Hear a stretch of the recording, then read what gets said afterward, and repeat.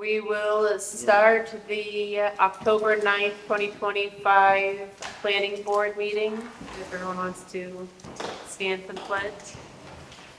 I pledge allegiance to the flag of the United States of America and to the republic for which it stands, one nation, under God, indivisible, with liberty and justice for all. I always want that for my country, because that's what you're saying after in school. Back in my day. We used to, when I was Which? grammar. When I went to private Oh, private. Catholic school, Private Catholic. we did the whole Do you spiel. have an agenda, is it printed out? So I unfortunately, I do not Is have it the rough agenda. Oh, okay, no, that's fine. It's been a busy month. Missing, I didn't know if I was missing something. No, I'm missing quite a bit, but Yeah, when Robin's off, we're all We're all off. we need to give her a bigger raise and make sure she doesn't leave. I say we double her raise. okay. No more for the money. I'll give Ben a can, he can stand out at the corner. There you go. All right, so we have Blair here today to help us with the changes that we have to change so we can align with the state mandates, because that's what they are. So we're going to focus on those first and then do all the other stuff second. So I have a question for you, Blair, and maybe you might not be able to answer this, and I think we talked about it and whatnot, and I think it's kind of, I think I know what you're gonna say, and I find the answer, it's gonna be quite interesting. So we're gonna implement these changes, or these mandates, I'm gonna call it a mandate, because that's what it is, right?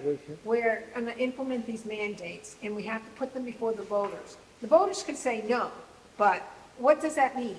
Oh, you weren't here this month.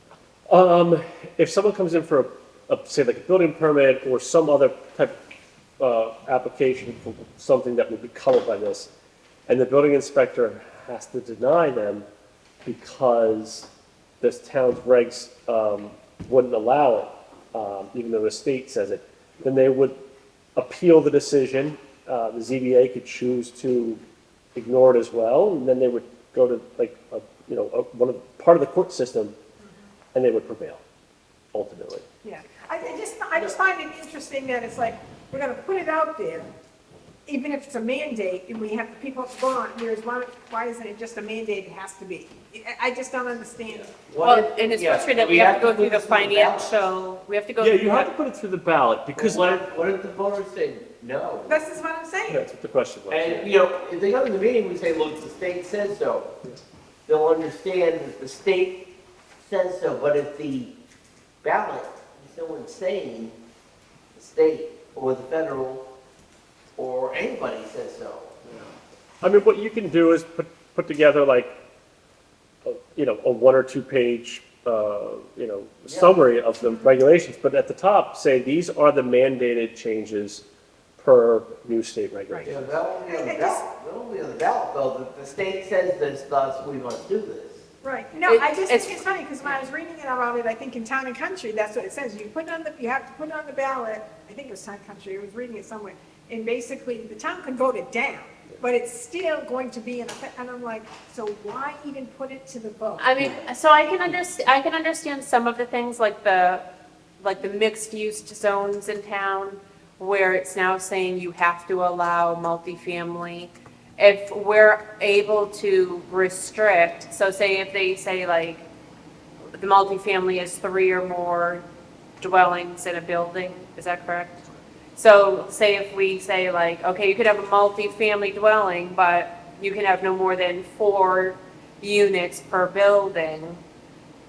If we can do that, like I can understand like that going on the ballot versus like the ADU one, where it's like, it doesn't matter if it was a garage and they want to make it an ADU and it's 3 feet from the road, like, it doesn't matter, they can do it. I just thought that, I just think it's kind of interesting that you kind of have to jump through I mean, it's like hoops for some of these things.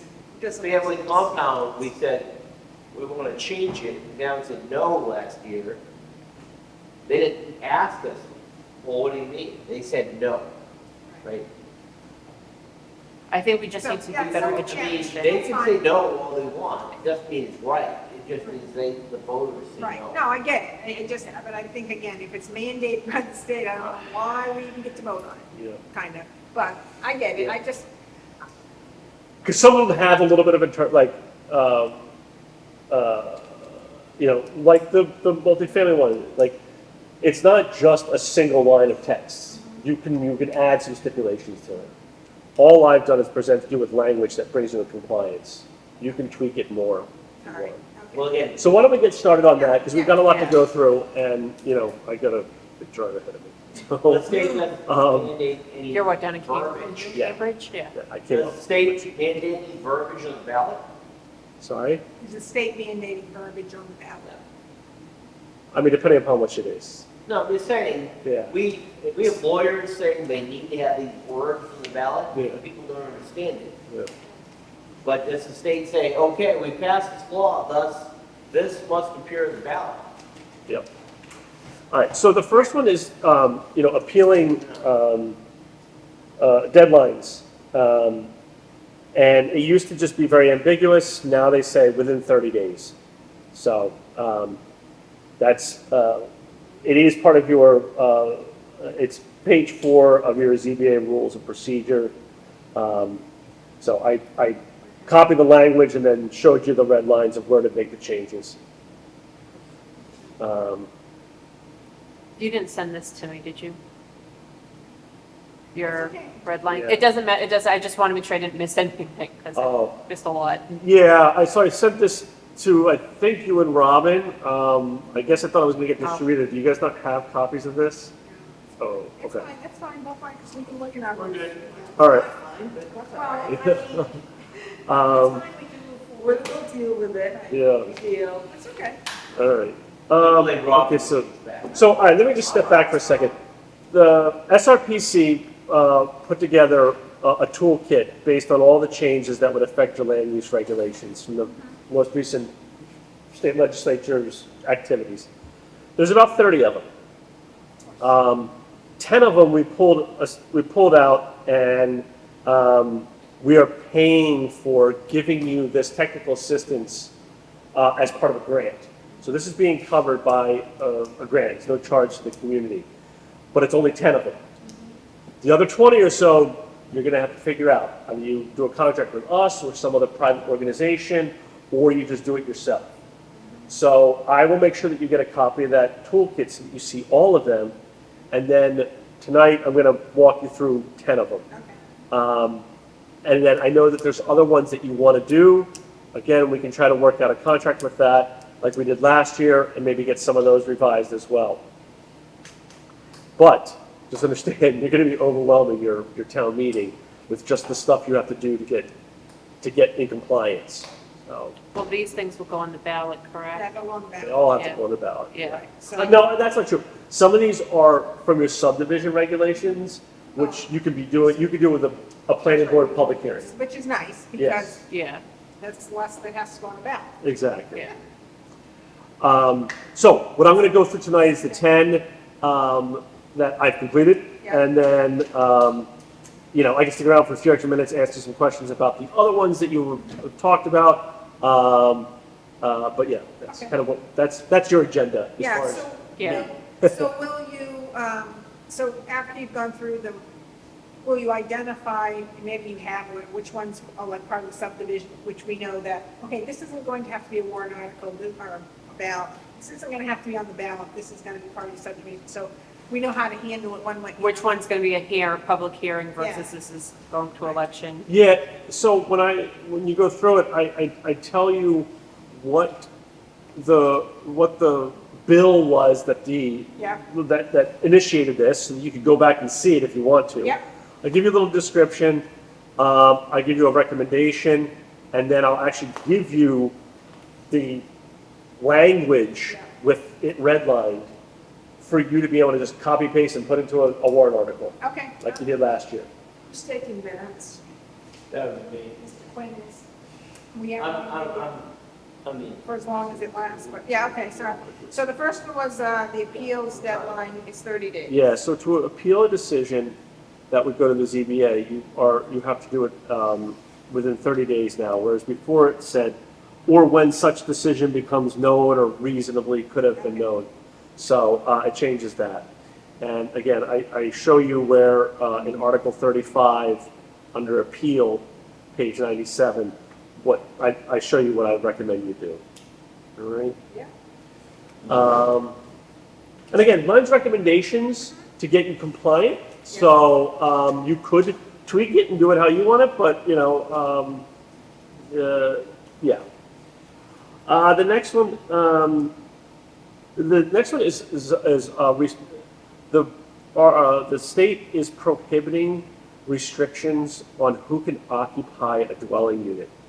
So, for example, in places like Durham, where they have a lot of college students, sometimes they try to restrict it so that you can only have 4 unrelated people living in a unit at one time. And they found this to be not in the best interest of you know, getting people into housing and living safely. So for you all, you have the number of full-time residents of a single dwelling. So this is in Article 20. Okay. It's for housing for older persons. So I know the example I gave you was college students. What you say is the number of full-time residents of a single dwelling unit in a residential community approved under this article shall not exceed 3. So this is the type of thing that they're restricting. You cannot restrict it to a number less than 2 per bedroom. So you could reword it, still have some restriction, but the way it's worded right now, I just crossed it out entirely to make you compliant. You'd have to go back and add new language if you wanted to tweak it to remain compliant but still have a restriction. Okay. So that'll be something for you to do. So the state's expanding us to be like Durham? Well, basically what it's saying is if you have a 2-bedroom, you can't say that only 2 people can live there, 1 per bedroom. Yours says only 3 people can live there. What the state regulation is saying is you can't restrict it to less than 2 per bedroom, so minimum of 4. Right? So I think we talked about this when we did a Zoom. The housing for older persons is really kind of vague. Yeah, I mean, that whole section in and of itself is probably could use some tweaking, but Get it into compliance. yeah. Yeah. No, our regulations say minimum 3 per Yeah. room? No, it No, says, it it just just says- says minimum of 3 in the. So if you have a 2-bedroom house, a Maximum of 3. maximum of 3 people. Shall not exceed 3. 3 per house and 3 per bedroom? It just says 3, so it says per dwelling unit. Okay. So if you had a 2-bedroom house, Yeah. the maximum amount of people you could have in that house would be 3 people. Okay, well, that violates a lot of the people with kids, Yes, exactly. but we're But not, this is for Article 20, which is housing for older persons. I know, we're not Durham here. Yep. I mean, we're on the other side of the county, and we're not a college town. That was an example that I gave you, just to make a point. I know, I get Yeah. Durham. Yeah, and but you're My son's in college, he has a different dwelling space than I do. Yep. I mean, I was wondering what the state wants, if we have a maximum of The 3. state wants everybody to be able to live somewhere, Yeah, and they don't care how I you do it. love people to live somewhere, but I was They wondering what don't- the state says. yeah. Well, go on, It's tell 2 us. per bedroom. You can't restrict it to less than 2 per bedroom. So you can say no more than 2 per bedroom, but you can't restrict it to less than that. And the way yours reads, it restricts it to 3 for the whole unit regardless of bedroom count. So that needs to change. Okay, All right? So we we're can gonna- change that. Yeah. Yep, yeah, that's an easy, that's a layup, that's a Can't layup. argue what the state's doing. Yeah. She's gotta They're gonna go get on. hung. Again, it's And just- then we're only on 1. Right. 9 more to go. No, we're on 2. I'm Oh, gonna, we're on 2, We're we're not on 2. doing 2 now. They do get harder though. I'm gonna send all my access to the non-link district. There you go. All right, so this is a big one. So the accessory dwelling unit had a lot of changes. So, This is 36. Yes. Okay. No, 24A. Section 24A. Accessory dwelling units. So, one of the big things is that you cannot require any additional permitting that is not required of a single-family unit, right? So for example, yours requires a conditional use permit. You have to strike that out. It's basically a building permit. Yeah. You also had language about like interior doors and Yeah. connections. You know, a lot of people try to say that it can't look like there's a second unit there. Salem was like that. Salem, New Hampshire was like that. It had to look like a one-family. Yeah. So now because you're required to allow detached units, you have to be able to, it has to be able to look like, you know, it can look like there's a second door there. Even in an attached, when it's attached. No, the owner can choose to make it continue to look like one, it's just it can't be required. Right. So there were some changes to that. So I wanted to ask a question because I got into a discussion with someone. Where does it state for the minimum and maximum of square footage for the ADU? Right, so this one's it's a little wonky.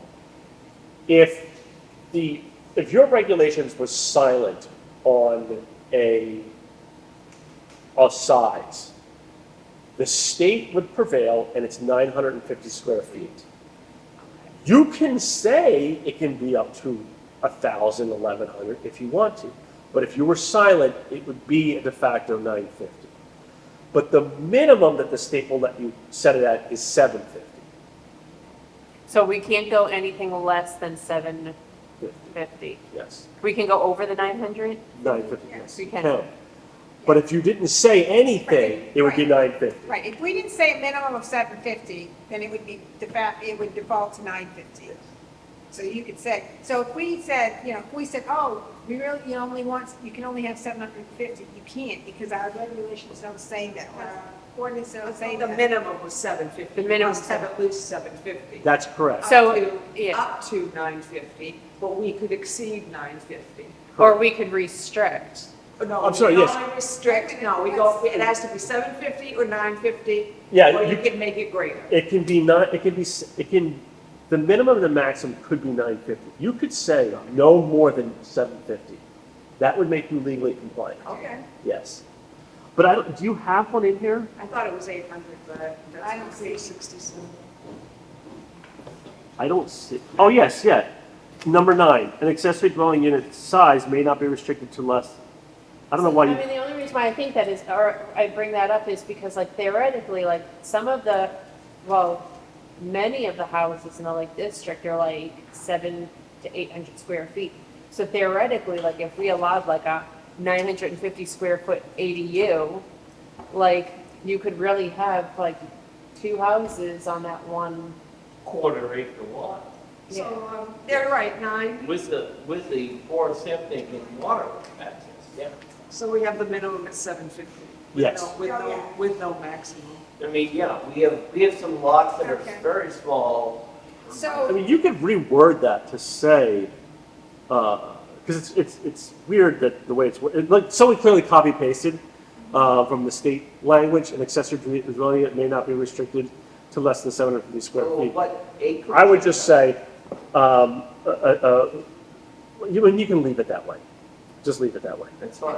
I mean, as long as it's going to put a 750 square foot additional unit on a 20 acre lot or a quarter. right, so we have, so on under 3, we have Article 24A, is to remove the conditional use permit. You said there were others in that make up. Oh, yes. The third? So number 2, which is about an interior door, I recommend some tweaking of number 3. But, yeah, a minimum, you can only require 1 parking space, you can't require 2. Oh, right, yeah. Right. So, and then the other one is that you have a regulation about a detached accessory dwelling unit that requires additional land. You can't require that anymore. So I guess I think we should bring it up now. So do we want to restrict or say for the square footage for an ADU, do we want to allow it to go up to almost 1,000 square feet?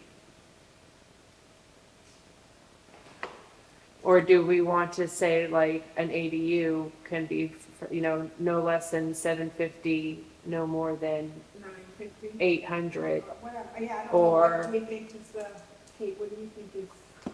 I would say just, I don't think you need a range. I would just set your maximum, Okay. whatever you're comfortable with. Because you we- can't restrict it to less than 750. This is true. A person can build it smaller. They can build a 400 square foot one if they want to, if that's what their needs require. You just can't say that the maximum is 400 square feet, Okay. right? A person can choose to do something smaller. So right now, your language of not less than 750 square feet is compliant. But we want to put in a maximum. I think that's, Why? no, I don't know, if that's what we, that's We what also you're. want So, okay, well, I guess I'm, Yeah, I mean, I guess it's weird. I guess maybe you're really not restricting it. You're just saying it can't be less than 750 square feet. You can't, yeah. It's wonky language, yeah. yeah, so I mean, You could. I have visions of seeing people being like, okay, well, if I can't do like a family compound, I can do, 2 ADUs, and you have like almost 1,000 square foot ADU, and then you have like, 1,500 square foot house, and then you put in like another, 800 attached ADU, and I mean, you've basically got 3 houses. Yeah. I mean, We also know that the 5 people in this room may understand that, but the rest of the town, But in the That's end, an not. ADU is an accessory dwelling unit, is not supposed to be another house. it's not supposed to be, but how easily it can turn No, into that's what I'm saying, so that's why it probably is best to put some. restrictions. More parameters around it. Yeah. One thing you do say And is that. because we also can't restrict who lives in those, Well, no, Why that's would I fine. want- which is fine. Yeah. So this is, wait a minute, because I'm totally off base here. So 750 square feet, Yeah. you can have any amount of square feet. You just can't say it, that it's, you have to have at least 750. Is that what this is saying? That one No, what it's may saying, what, not be restricted to? yeah, the language that you have is wonky, Yeah. admittedly. I probably should have recommended a change. we But- want to clarify the language. But what you would want to say is, an accessory dwelling unit cannot exceed 750 square feet. That would be better, I think. Yeah, so then Because- that Because- limits them to only 750 That's square correct. feet. Yes. If they want to build it less, they can. Yes, You cannot exceed, yes. have the permission to allow it to be anything that you want it to be. You could say 15,000 if you want, but you just can't say less than 750. I just want to keep in mind of like the spirit of what the townspeople want. We want that small town, we want like just thinking everything that they want, it's like, okay, if we allow, We need clarity, because if you have like 20 acres, fine. Get that quarter It's inch an lot. accessory dwelling unit. I know. So we're saying, so we're gonna put in there, this is what you're recommending, is accessory dwelling unit may not or cannot exceed 750 square feet. Yes, that would be compliant, and it would be in line with what I think you intended with the language you have. Okay, Yeah, I mean, that's all right, It's just a better way of saying it. yeah, well, clarify, because that way, when they say, oh, I want 800 foot, no. Well, the guy that we just approved, conditionally approved it, I think he was 800. so, well, we can only move forward. So, yep, next one. Yeah. That will be the courts. All right. So this is the one that was brought up earlier about residential uses in commercial zones. All right, so for the This is sake of, number 4? yeah, it's the fourth one, yes, correct. Yeah, no, I don't have it numbered that way, so, yeah, I I'm will. trying to keep track of the 10, that's why. Yeah, no, I appreciate it. I have this, it's just not read, like, the first draft That's fine. wasn't read, and I'm So sorry. this next one is what is referencing to what article? Yeah, 631. So this is like the Four Corners district, because we're No, but that's mixed. not Article 630, no, Article, what is it? Yeah, what article? Oh, sorry. All right, so what part of your ordinance? All right, proposing. Look under C, B1, district residential, commercial, and light industrial. and light So is industrial. that, wait a minute, these districts, zoning district, so it's under Article 5? Residential uses in commercial zones. What page are you on? Yeah. Yeah, I'm sorry, I Don't didn't, it I didn't do is- that part. So it's for the district, so it's the Yeah, but I don't know. Zoning, it's. oh, this is the wrong book.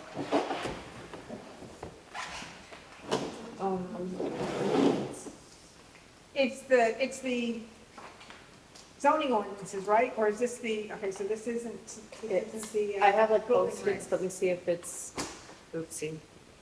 Base zoning district, that's on. So it's probably Article 5A, Thank you. That's what I wanted, that's what I. and then it's, Base zoning district uses, you have permitted uses, accessory uses, setbacks, special exceptions. Article 5. what did I do? I did. And So then you've got the this is new, B, do you have a B1 district? Yes. yeah. Is that what it's called, B1? Why do I have, Zoning. So it's page 12, you have the newest, No. So it's, so yeah, so we have, so it's the base zoning districts, which is, you have the A's, the purpose of it, so one Oh. is, well, I'm talking the old, probably I shouldn't be talking because I have the old, I don't have the. yeah, so it is page 12, and it's in the middle, it says C, period, B1 district. Okay, That's what it's in here. So business one, district residential, I think that's why they called it B. Yeah, so that's And the that's one, like, down here at the corner. it's, yeah, the four corners. yeah, so that's the No, it's one that, Four corners is here. yeah. that's the one that needs to be amended. And you might even want to think about Oh, tweaking your map to match what the language you're using in your regulations, because you don't have, I think we should have Kate do the math. We We've don't, seen her, I'm working on the map. we've seen her map skills. we don't have- like to use maps. So this B1 we need to change, yes. update, okay. So that looks like that's the orange on your zoning map. B1. Yeah, And so what I added was after two-family houses, I added C, multifamily dwelling. And then it kind of changes the next few after that, but I thought it would be better to shoehorn it in the middle. You can choose to put it at the end and save yourself some tweaking, but you'll see it when you see it. And how do they define a multifamily dwelling? Right, so that's 3 units and up. so does the state, You do not have to allow, even though you already do, single family and two family. But for the purposes of this regulation, you only need to allow multifamily, not single and two family. Because some people have like a strict, or like a straight commercial district where no residential is currently allowed. That's what changed now with Yeah. this. Yeah. so with the laws, I know you weren't sure when we had talked.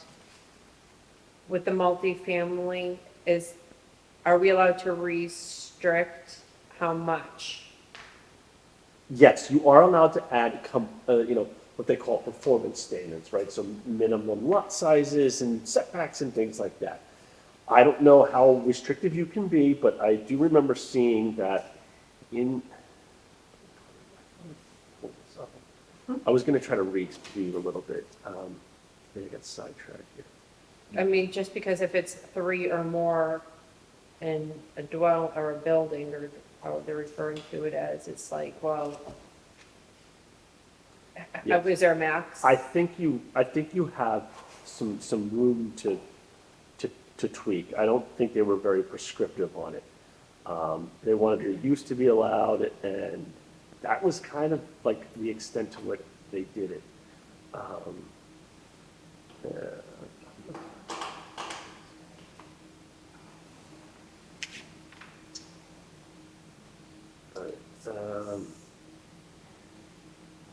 This is exhausting.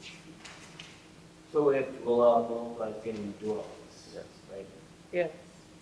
So like, So in both that district and your Four Corners district. Which district and Four Corners? Yeah, Four Corners. No, which is the first? the- Oh, well, I wrote it down as B1, business one, so. Okay, so business one and Four Corners District, okay.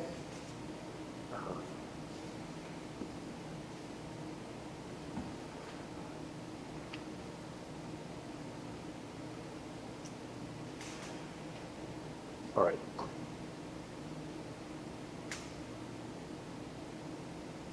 But no other district has that restriction or limitation? No, because it's either allowed or it's not a commercial district. Okay, I'm just being clear. Shall provide an exception. Oh, I get it. They're allowing multi-family, those two are the business districts. Yes. No, if, you know, state says that, then that's good. Yeah. Yeah. Other districts do not apply to that restriction. But rural residential is not. Right. So if you're in one district or another, that's fine. I'm just being clear for minutes, but, itself. I'm just curious to know how much we can,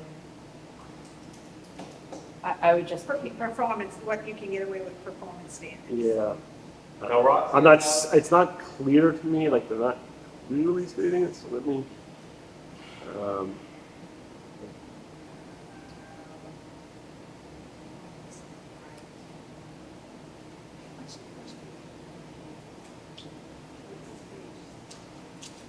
So, I mean, that's a change. That, she hasn't passed out the signature sheet.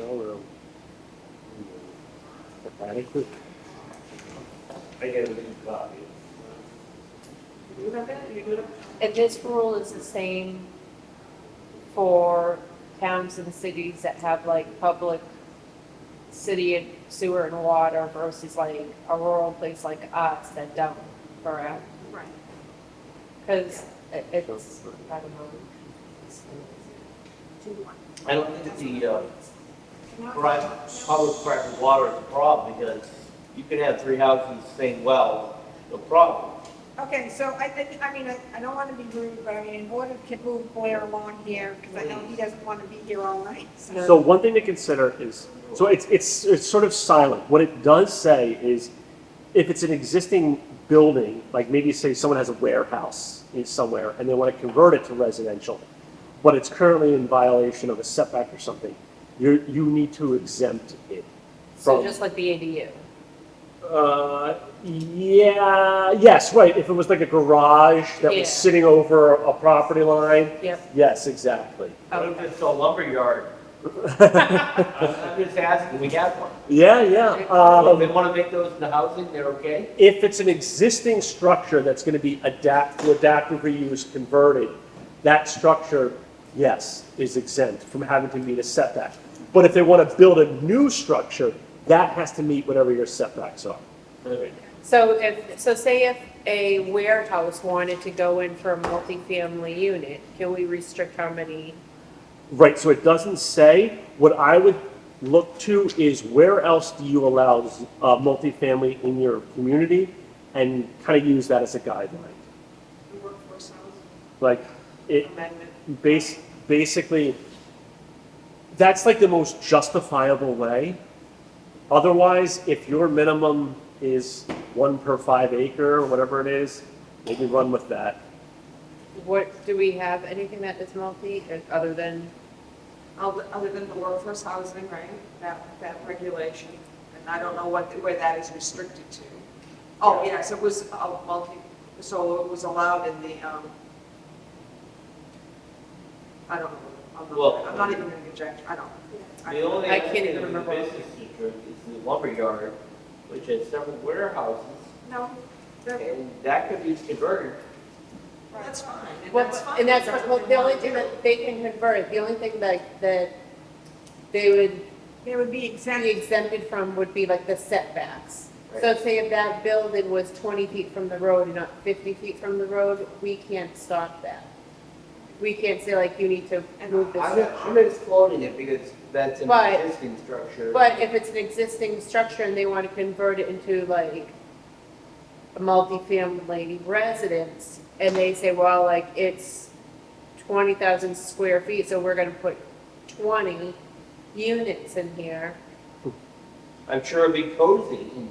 Like, can we say like, no, you can only have, No, I mean, it's, So what you're right, workforce housing allows it, but so does the older persons. So maybe look to those for some guidance on size restrictions, okay? And you can restrict it to like maximum 4 units per building, six. What would be the rationalization for creating an upper limit on multi-family units? You know what I mean? Why? Why are we, because if they have a septic system that supports the amount of units they're putting in, what's our limiting factor? What are we saying Well- is the reason why we're putting an upper limit on it? well, any additional, like 1 or 2 houses are not gonna break the infrastructure. Multiple units per house will. I think part of it was staying with the The spirit of what, spirit of the town, it's like, we don't want, you know. It's what- not rural residential, Yes. right? Yeah, it's not. So, but the state is making this allow multi-units. yeah, so And it's, the origin, it actually goes on either side of 153, the lumberyard and north of that, and across the street as well. I mean, that's. so we could And be this in area compliance and say, okay, we allow multifamily homes, but no more than Right. 4 units per structure. And that's fine, I don't mind, I'm just And- wondering why because- before, why not? Well, you know what I'm saying? Yeah, And you don't have to have an answer for that tonight, I'm just wondering. Well, I would think, just listening to what people have said in town, is that they want, the spirit of the town is a small, quaint, like rural residential community. And then also the concern of a huge boom in population, which you put 120 family unit or 40 family. Totally in agreement with what you're saying, I'm just wondering.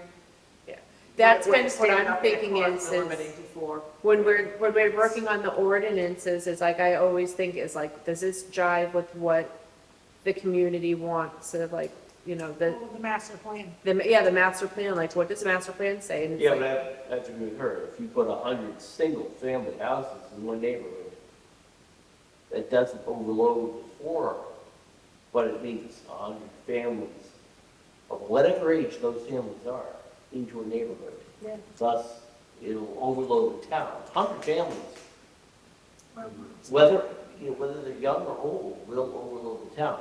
But if you did like but I think the One at a difference, time is but fine. I think the difference is if you do like 100 houses, it's like on separate properties versus you take one lot and you put a multi-family, and if you don't have a restriction, that boom will happen. Yeah, we're getting 1 at a time, 4 at a time, it's fine. We're okay. But So is, there's big parcels out there Yeah, that will be 4,000. 100 at a time. or is Yes. it Rochester. So 5 No, puts us where? even in mine. This is home-based childcare facilities. Okay. Home-based childcare. Yep. Yeah, so, I am saying, okay, amend Article 22 and Article 5A. I don't know why I did them in reverse order, but, because first I talked about Article 22, which is about home enterprises. So I am suggesting that you add a subsection F in Article 22, which, try to get to that page. You have an F1 company for your phone.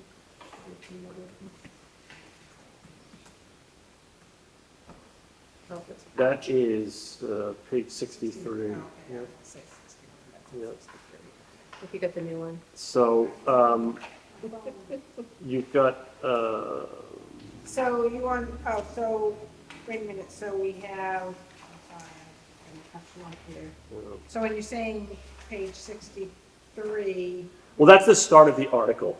The section that I'm suggesting be amended would be, Page 62, actually, yeah, would be, 63. okay.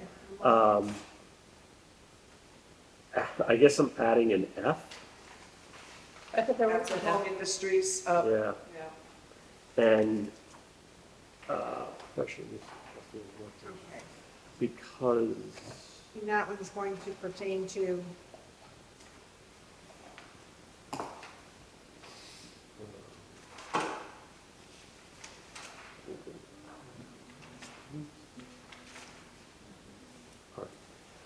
So, add an F that would basically say home-based daycare, which is both family care and group family care. It would be an accessory use to any primary residential use, providing family care and group family care.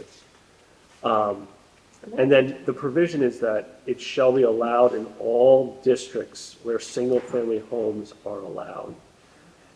It's not subject to site plan review. Wow, But that's the- crazy. But the home-based daycare facilities must meet all requirements for such programs adopted in the Department of Health and Human Services.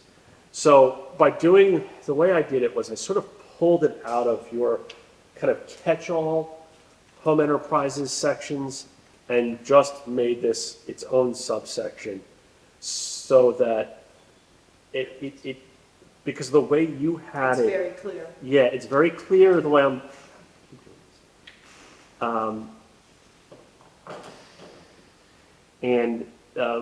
You had a commingling of where things were allowed. Like home industries is in the rural residential by conditional permit.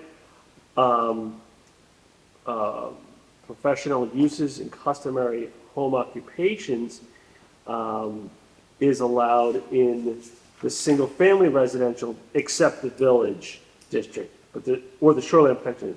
But the village district allows single-family residences, which is what they're saying. It has to be allowed in any district where single-family is allowed. So the way you have yours, that Article 22 set up, I had to just make it its own subsection and then provide a performance standard, which is that it would, it's allowed anywhere single-family homes are allowed, it's not subject to site plan review, and it has to still meet the requirements of Health and Human Services, the state regs. So I don't know if you want to answer this, but if you don't want to, and I'll write it up and send it to you. Because on the rural residential district, it talks about 1 permitted uses and 2 accessory uses according to Article 36. It doesn't mention Article 22.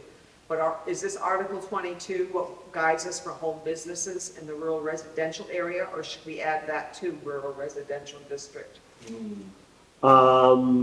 That's a good question. I took it not to be, but you took it up to be as part of rural residential, because we were talking about that hot dog stand.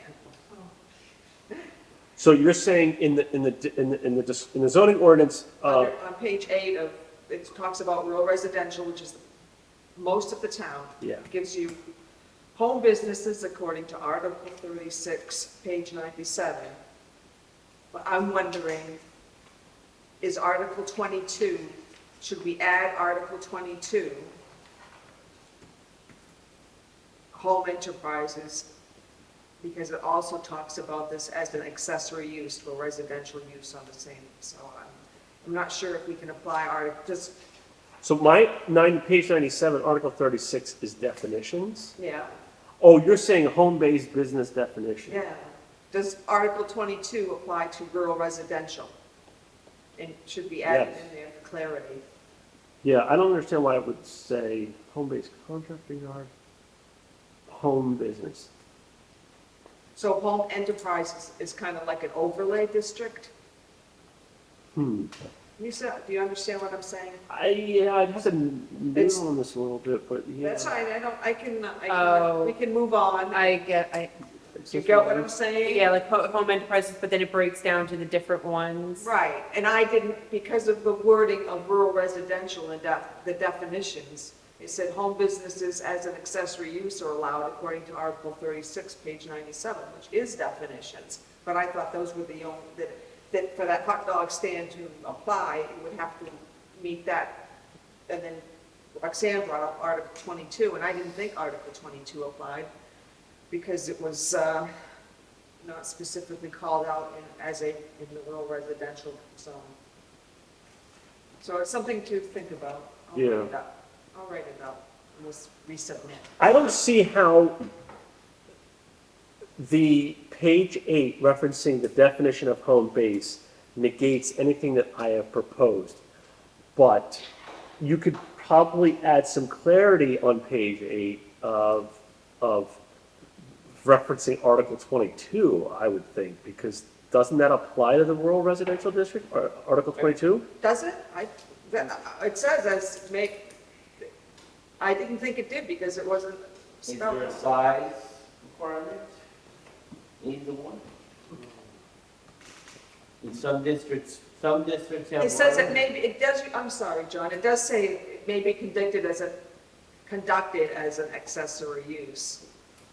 So does that mean it does apply? That's my question. That would be my simple question.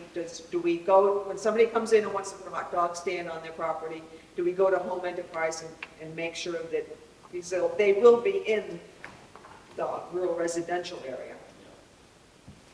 For the most part, because everything else is clearly assigned, so. Well, I don't, all right, so, all right, Anyway, moving on. let me just have a quick scan of this. No, we're just trying to clarify because, we want people to have their business legally. Well, so, all right, so C on page 64, home businesses. Home businesses are permitted in all districts where single-family residence is a permitted use. So I would interpret that as saying that that applies to the rural residential, ergo, anything that falls under a home business definition, which is quite a broad definition, that, would include certainly the home-based daycare, and I don't know, I'd have to look more into a hot dog stand, but That's fine. I would certainly think it would apply to the home-based, to the daycare. I think she's right, because if you have a lot of land, 5, 6, 10 acres, you have the ability to put that hot dog stand, or whatever it is, versus a smaller parcel, parking, space, and just room, Traffic. traffic. A lot of the places in rural residential are very small lots. Yeah, exactly. I mean, if you put a hot dog stand in her yard, sure, great hot dog stand, but it's a small yard. But according to this, it's allowed. Yeah, I mean, I'm that's. not sure, and I'm all gonna have for to it. look at Article. I'm sure she has the greatest hot dog stand in the world, but And even D, professional uses, I'd go there. customary home occupations, that's allowed in the the, neighbor may not, but I would. anywhere, I would- all zoning districts with single family are allowed, and then home industries, E, is also allowed in rural residential. So you just have different performance standards for each one of those subcategories, home industries, home businesses, and home customary. It's just, these are broad. I mean, like Roxanne could have a nice hot dog stand, she has lots of land in her fine district. I know, but you have the space for I do it. have the space for it. She has the parking. You could do it, you could drive. Doesn't your husband have a board with Chili. Yeah, Home of the reward. and that's him, that's how he had it on me. Chili dog. I'm just saying, He's gonna if he want wants chili dog.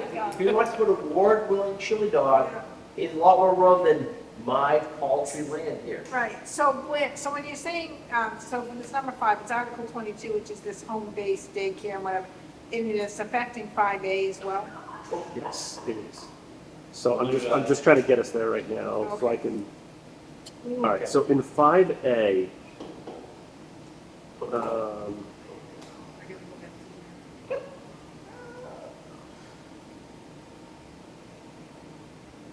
all right, yeah, so in 5A, under rural residential,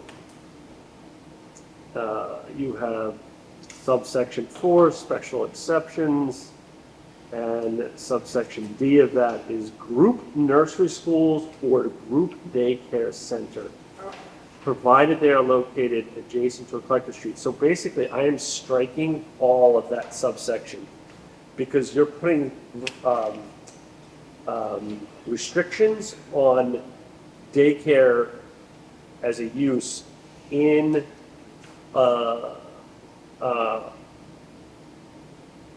In an area. oh wait, now hold a second, now maybe I need to rethink this. Because you're doing this as an so these special exceptions are allowed uses in that area? Is that correct? Yeah. So churches and other buildings Right, we is don't- allowed, right. but you have to get a special exception, is that what that's saying? So it's just another hoop that somebody has to jump through in order Okay, to get. so what subsection D is saying is that in the rural residential, you can have a group nursery school or a group daycare as a standalone structure. It doesn't have to be as part of a single-family home. Is that your interpretation? Because now that I'm thinking about it, I think that's what you're trying to say here. So someone, if I wanted to, I could build a building in the rural residential district that is just for group daycare, no residents, it's just that. And these are your restrictions. It has to be on a collector street, it has to be this number, blah, blah, blah, blah, blah. Okay, actually, you know what? I think that's perfectly fine. I misinterpreted this. I think So basically what the state is saying that anybody who has a house that wants to have a daycare in their house, we can't say no. that's correct. Wow, all that was just that. Yes, that's exactly. If you want it, you can have it. You can have it. Now, No see, limits. Yeah, the state, Burger King, you can have it your way. well, there we Yeah. go. All right, so I'm gonna have to amend this and resend it to you. I think it's good. And I'll make a couple of the changes from some other things we've talked about. So now that I know that I have to resend this to you, I'll like that 750 square feet for the ADU, I'll add that. All right,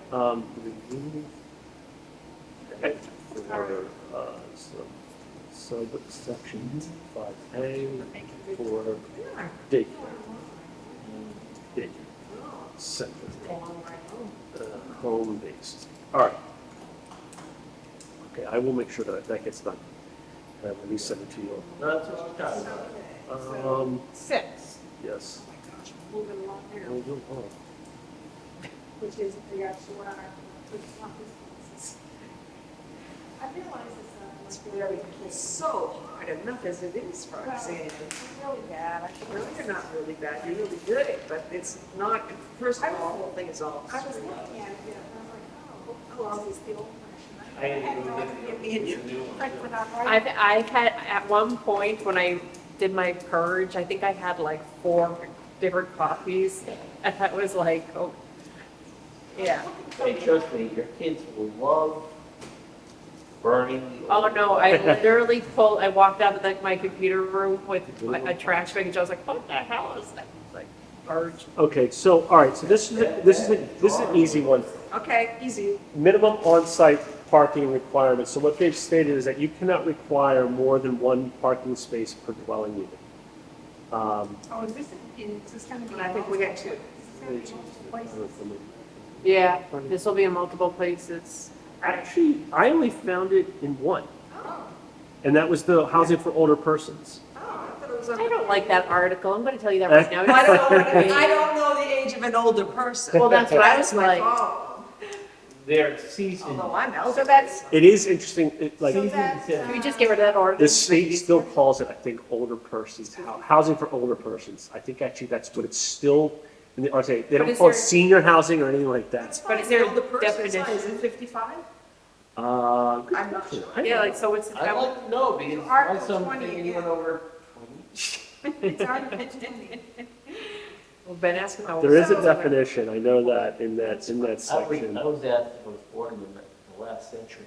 For residents of the 55 and older community. So, yeah, housing for older persons is 55. It's 5 plus, they're considered old. Yeah. So you're fine, don't worry about it. You're 30, I'm all, 39, I don't worry about anything. you're 38, maybe, don't worry about it, don't worry about it. I'm all. So, Let's move on. if you anticipated getting something this, here's what I think was happening. You treated this like it was gonna have some communal living stuff that might be going on. So for example, you have, requirement is rendered unnecessary. You have something here, a passenger van for the group transportation needs of residents of the 55 and older community. You might have been anticipating that people that were gonna provide care Oh, were coming here, or they might have been living on site, or you might have been providing, some facilities might provide meals, so you might have some staff coming in to do that. Huh. It's perfectly acceptable if you say that you have to provide 1 Parking spot. parking spot per residential unit and 2 parking spaces per visitor, or minimum 5 parking spaces for visitors, or 2 parking spaces per anticipated employee, or something like that. You can break it out. It's just, you can't restrict it to more than 1 per residential unit. Because if you look at it, you say, for some odd reason, 2.25 spaces of off-street parking. Bicycle. That tells me you were clearly anticipating 2 spaces per unit, with that quarter space meaning to cover people that had to come and go, visitors, stuff like that. So we could, oh, that would only No, so kind you of, can put the parameter around it saying you can't, we can't require more than one spot, but we Per can. unit. Per unit. Dwelling unit. Per unit, but then, we can go on to say 2 spaces, like he was saying, for visitors, or 5 spaces for whatever, whatnot. You could make it a percentage, like, if you have 10 parking spaces, you need to provide 25% additional parking spaces for visitors. There's creative ways of doing it.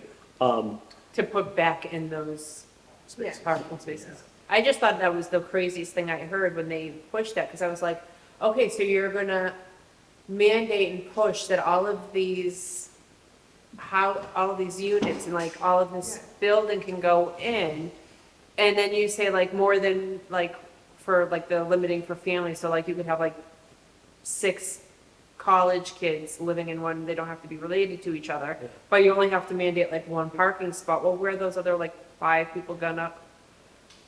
Like realistically speaking, like it just seems crazy, because now you're gonna be going into parking wars and you're gonna have other issues. So I'm glad that there's that workaround, because Yeah. The other thing too is, Visitors go there, they're not gonna be able to park. the other thing too is that, is that a developer will know this. They're not gonna be able to rent units. If people are expecting parking, they're gonna have to provide them, right? Even though the regulation doesn't say it. So there's sort of like a market-driven piece to this. I worked in a community that basically the restriction of development was by parking. It wasn't density. You could get density all day long because they didn't restrict it. It was just, can you get the parking of two spaces per unit?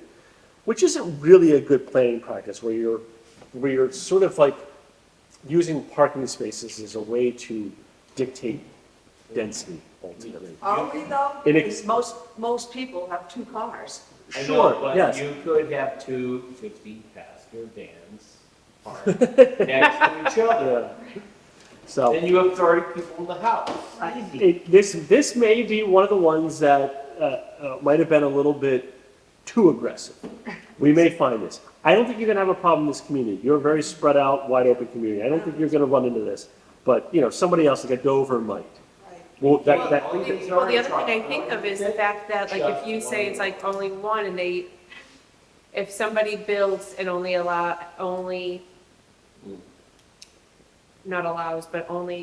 does like that minimum requirement of like 1 per unit, we don't allow on-street parking. Like, we have an ordinance that says you can't park on this street. Right. But then it's like, well, if the builder goes and builds and does like that bare minimum, then they're gonna, That's the only choice there is. it's gonna create like, another issue. So it's like, how do you proactively prevent a headache? Yeah. Also, Essentially. how do you address that 3 people are parking in the And I'm house? surprised that's the only article that's in. versus- I was too. So if you want to double check my work, all I was doing was Control F, and I would type in park or parking and try different variations, and then see where I come across it, and of course, where you also stipulate a number. Like the words park and parking appear. Yeah. It's just, I don't think I found it where there was a number specified, so. And even with the ADU. And it's not can't restrict- uncommon for rural communities to not stipulate it. Nottingham, where I've been working for Right. years, they don't do it either. Yeah. Yeah, it's more of an urban thing for what you were talking about, because people are gonna park there. Right. What were you trying to say?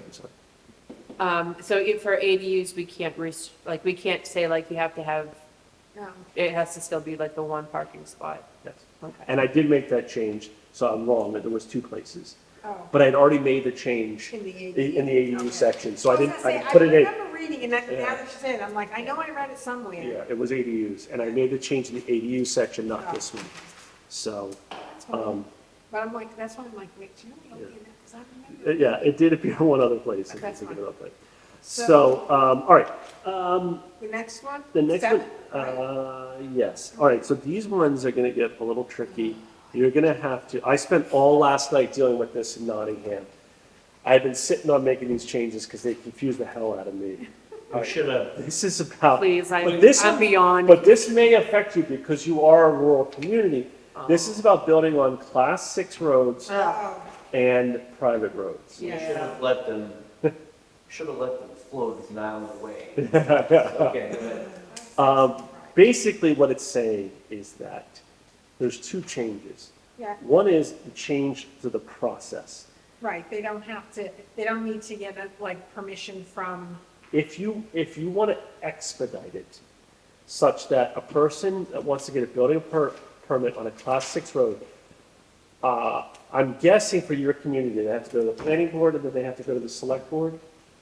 If you want to expedite it and say you don't have to go to the planning board, you can go directly to the select board, you have to have a road policy in place.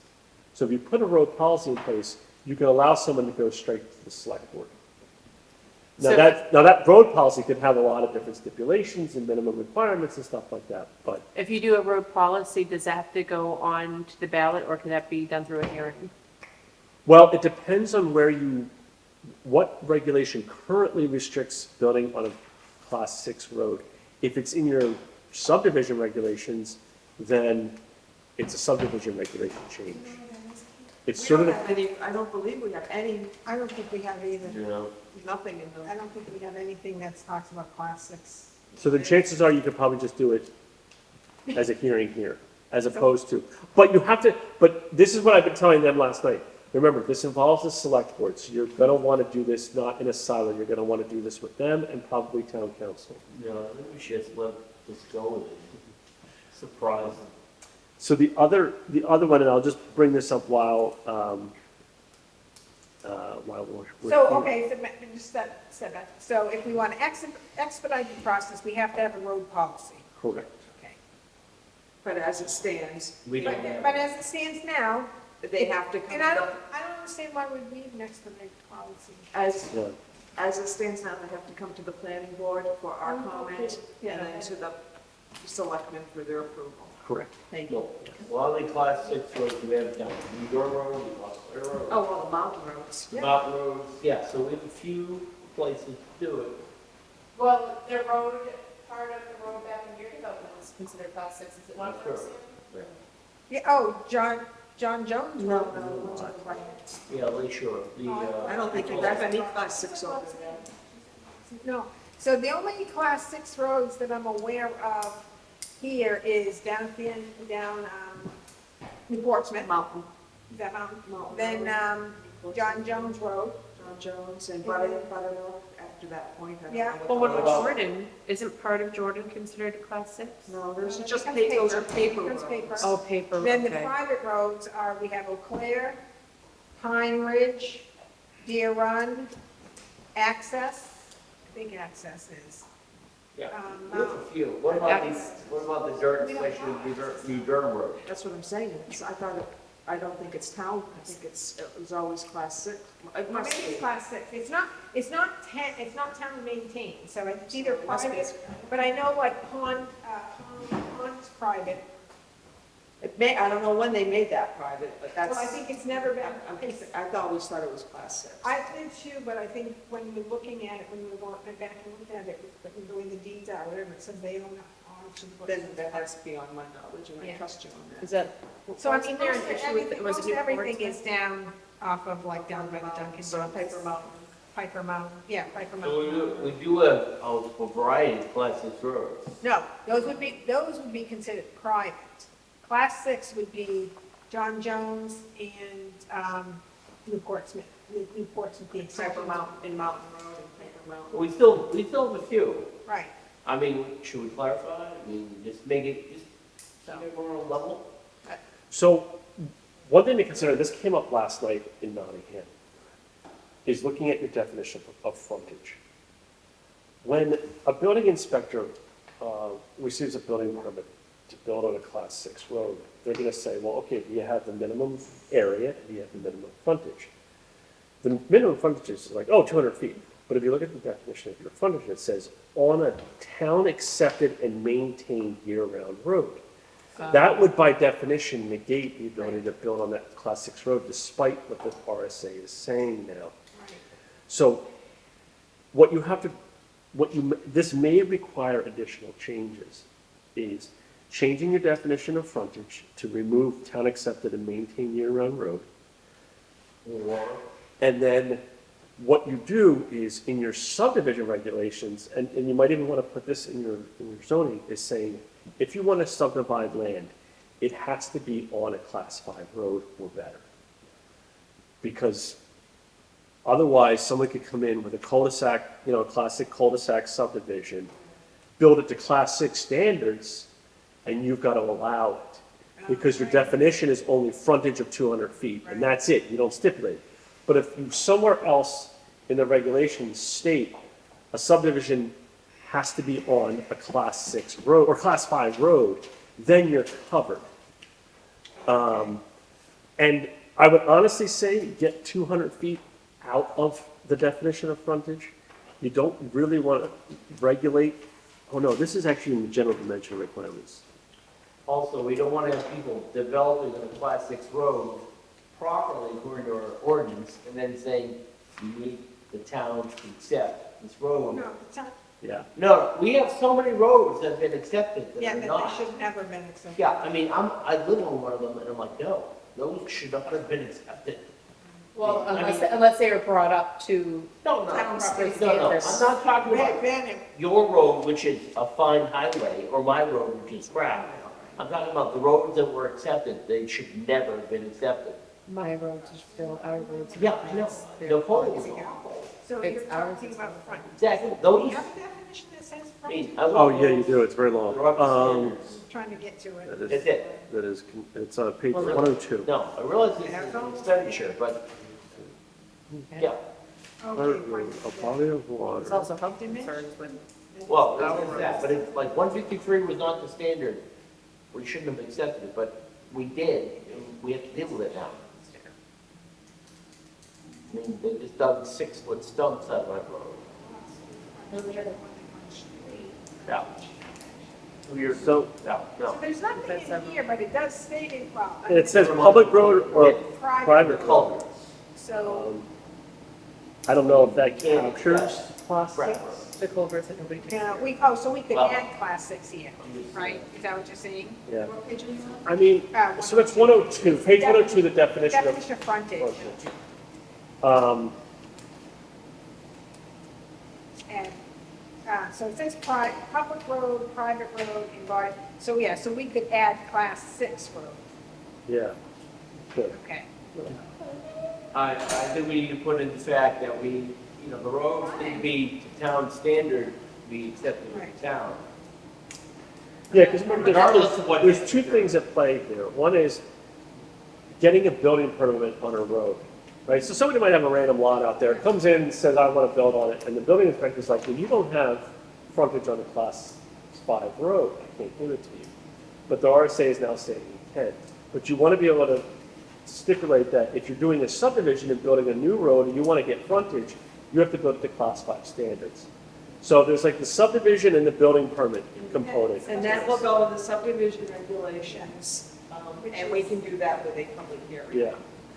I do If you think make the recommendation that if minimum area and minimum frontage are what dictate where people can build, you might want to have those in zoning for the simple reason that that's a higher barrier to give relief from, right? Zoning requires a variance.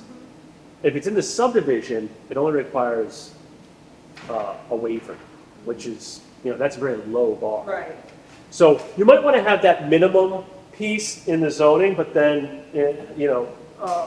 So where in the zoning would the minimum piece go? I would say, well, all right, so you have it currently as frontage, there shall be a 200-foot minimum road frontage per individual lot.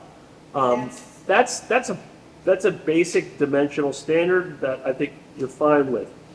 I had suggested taking out town accepted and maintained year-round road. Okay. I guess you could make an argument to keep it.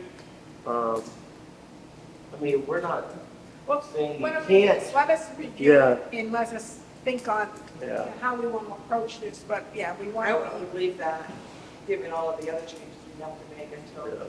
Right, so let's, well. we can This will start probably be the with- least of your worries. Right. It'll be the one that you're probably gonna least, Well, you But know, someone's gonna call you out. I appreciate clarifying that in our subdivision regulations. Yeah. I think that's important, Right, yeah. so you got that, take away keywords. All right, so that's basically 8 and 9, Oh, that's And then- 8, 9, those two? yeah. Wow. Because they're kind of the same thing. One is about the process of building on a class 5, class 6 road, and then the other one is about,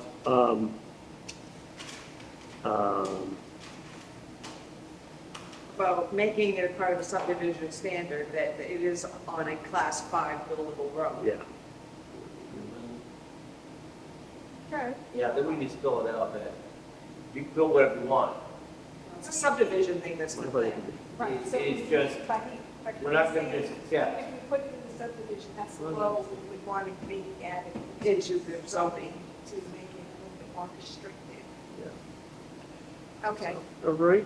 All right, now the last one, I'm taking this approach with other, so this is Article 3, permitting procedure, oh, this is in your development regulations document. You all have that document? Oh, Yeah. So you're gonna wanna go to Article 3. Give me 1 minute. That figures out to date. well, our subdivision is our Permitting development, Procedure, site plan, and subdivision applications? correct? Right. Our development regulations are our subdivision regulations, right? Let me- They're one and the same, because we, I just call them development regulations. That's because that's what they call it, but it also does talk about subdivisions. Yeah. Decided- Typically, But what Blair is referring to is Article 3. I have it as Planning Board Development Regulations 2016. And it's titled Development Regulations. So like Yeah, this, What do we say? Yeah, development, yeah, I call it development regulations. Yep. And you're talking about this Article 3, the permitting procedure, site plan and subdivision. Is there a piece in here, like a 3? yes. line? Let me, so we're so looking now at that we're there, or we're at least that part, We're there. all right, 3.8.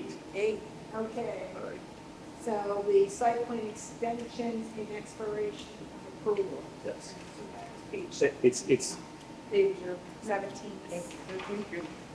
Oh, it's 15. Oh. If you're Well, on it is, but the page, must be page number wrong on you. the, okay, Just saying. okay, It is. something in. I'm just looking at the page number, I'm not even looking at, but yeah. She got Roman so, numerals. Oh, three, goodness. what I'm proposing is that sections 3.8 and 3.9 Yeah, be repealed and replaced in their entirety. And what I'm proposing to be replaced with is verbatim from the state regulation. and And what's the difference? so, the timelines. What they're saying is that if you reach So, active and substantial development within 3 years from the date of approval, then if they have to come back and do an amendment, you can't apply any new changes to regulations to that development, because they've moved far enough along that they are now protected from any changes that might happen. well, that's, So if you approve it today, and a year and a half from now, they come for an amendment, and they haven't reached active and substantial, you can go back and look at any changes that have happened to your regulations from the date that they got their approval to the date that they're coming in for that amendment, and see if anything now applies. oh, okay, that's what I want, all right, Yeah. so, okay, that's good, all right. But once they reach that active and substantial place, that now protects them from anything new that might happen if they have to make an amendment. Unless the state has done something new. Can you give me an example for that? Well, like a subdivision, if you Okay. do a subdivision, right, and you have a road that squiggles like this, and now you want to have it squiggle like that, and it's going to change where the lot lines go, and maybe you lose a lot or something like that, you have to come in and make an amendment because you approved something that looked like this and now it's gonna look like that. Or maybe they have to relocate a major detention basin or something. And that's gonna affect their buffer area, something like that. So this would allow them to do that? I'm just trying to understand that, because I'm seeing this as you're saying, or at least I'm understanding if they say, they came in today and said, this is what I want to do. And but they dragged their feet. And said- No, it's from the point of approval. All right, so they came in and they got the approval, so they got the approval Approval, today for the yeah. site plan. Yeah, and if they, because building out that road takes a period of time. Yeah, If going through that, they haven't reached what's called active and substantial development, then you are allowed to go back to see if any new regulations. okay, and that's what, yes, yeah, they don't get an exception to say, oh, no, you approved it Yes, that day, so, okay, all right, so that's good. So it's in the favor of.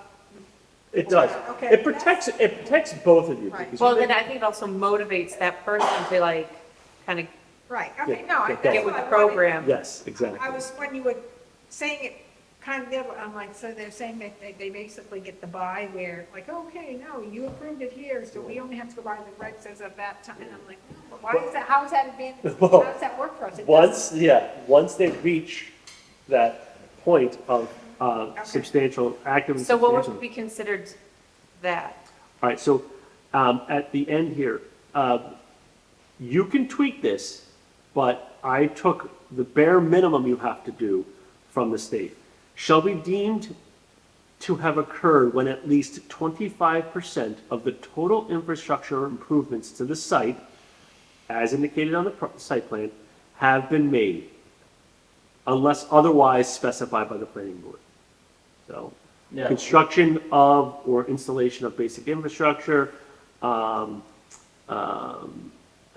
like foundation walls and footings, roadways, access ways, parking lots, things like that, or underground utilities. So we can make it more restrictive, right, or no? I think you, Well, that's typically They how it asked is me that with last the night. state, isn't it? Like you can make it more Well, I restrictive, but don't, you well, wait a can't. minute, with these things that are being pushed on us. yes, exactly. True that. I don't think that that's, I'm guessing that that's not what they want us to Yeah. do. right, so you could say, you can't say 50%. We don't want active and substantial to be kicked in until you've reached 50%. You can't do that. Yeah. It has to be 25%. But what you could do is say, you know what? We're such a friendly town, we're gonna If you say, haven't even yeah, as long as you. dug up a rock. Yeah, as long as you pull the building permit and cut one tree down, you're good, right? Wait, we. You wouldn't do that, I'm we- just saying. We can't make it less restrictive than the state requirements, right? Yes, we can, that's what. Well, but this is the Wait, exception of the rule, I okay, guess. It's gonna go in the other direction. Well, that's what I'm saying, this is kind of a little bit Because if you backwards. think about it, the more restrictive thing would be to require more progress, Yes, but you could require less. no, we don't want to. So- Back when New Hampshire was New Hampshire, we could say you have to be 50% Right. done. But now that we're maxing up New Hampshire, Yeah. it's 20 gonna be less. Right, Yeah, I but felt- now this is in our reg, so this is not something that has to go on the ballot. I mean, this is so this is good, this is a, I think in this particular, I know what you're saying, but I think in this particular case, 25% has always been the minimum? the minimum, except the difference now is they have 3 years to get there as opposed to 2. Oh, see? Yeah. See? Why don't we make it 5 years? I'd have to go back and look, but yes. It's like that college kid on the 10-year plan. Why don't we have? Find Why us. don't we make it less restrictive? This is a slippery He's slope. active and substantial after 2.5. Yeah. I mean, why don't we just So put that's- that septic treatment plant right on Roxanne's property? No. Because we can. No, I know. Chili factory. The chili factory, because your husband's gonna have bear meat chili. Right. Because it's Award less winning. restrictive than the He's in chili. rare form tonight. What did you feed him? No, I'm just saying, if they're saying we can't do less restrictive So for those state are, law, except for this so one those are the exception, top 10, then what? feel Yeah, like I that- don't know. I mean, you can't do it more, this is in a scenario where you cannot do it more restrictive, correct, yes. which, And then the other one, so you have active and substantial, it means that the developer has made progress, they're moving along. Then you have the other one, which is called substantial completion, which is where they're vested and they are fully protected. And I left in the town of Rollinsford, I did that in Nottingham, I'm gonna have to change that I for think you as we're well. opening ourselves to a court case right here because it's confusing. No. We don't usually get people who do this anyway. No, I They, know, they cut up the land and then they sell the lots. They don't make development. I know, I'm just saying, yeah, this well, is that's a a lot of money. contradiction. It's a lot of money to do, you know what I mean? Yeah. And as long as you get through 25% of that roadway that creates the development, that creates the lots, then you're protected. So yes, you're right, they might go off and sell it, but this is still something that's applicable, even in that scenario. Okay, I get you. Thank you. Um, Oh, gosh, got a lot. Yeah. So we did get through that quite smoothly. Congrats to us. An hour and a half is pretty good to get through those. Well, I have some changes that I have to make to get back to you guys, Okay. so that you can take a look at it for the first time, yeah, but also see the changes that we've talked about. Again, I remind you, this is just 10 of the approximate 30 that you have to consider. But there are some you might not have to do anything with. So for example, one of the things they changed is our requirements for single stairwells in a building. You're not really a building, multi-story residential right. community, Yeah. right?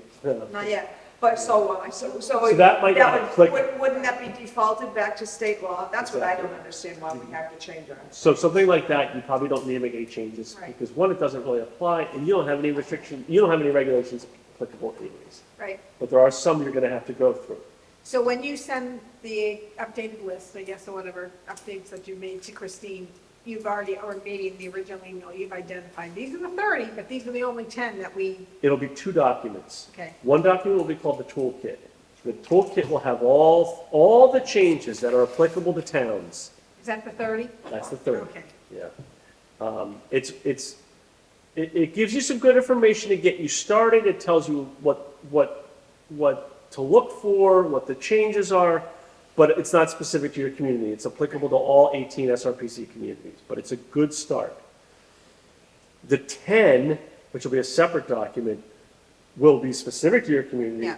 and will reflect the changes, the things that we've discussed tonight, plus the things that I have to okay, change. all right, oh, that's good, all right. So, yeah, so it's the toolkit, that's all of it. The other one is the 10 to get you, to kind of get you going. Well, And hopefully, We will wait and see that. that's good, all right. now that you have me here, Yes. why don't we talk about the ones from last year? And maybe some of the other ones that we discussed on the phone. So last month, I don't think you were here last month, were you, Roxanne? I don't feel like I you were. was here last month, I wasn't here the month before, I think. She was physical here, mentally I'm not sure. I was here for September, I wasn't here for August. Okay, I'm like, everything's kind of all So merging. because, yeah, we talked about, So I think, for the family compound, we can't tweak it anymore. We can't make anybody like sign it up. We can't go back and have people like signing affidavits and stuff from when we were talking. And, but we have, no, so when we left last month, we had a list, yeah. Let me see, did I? right here, right here. So,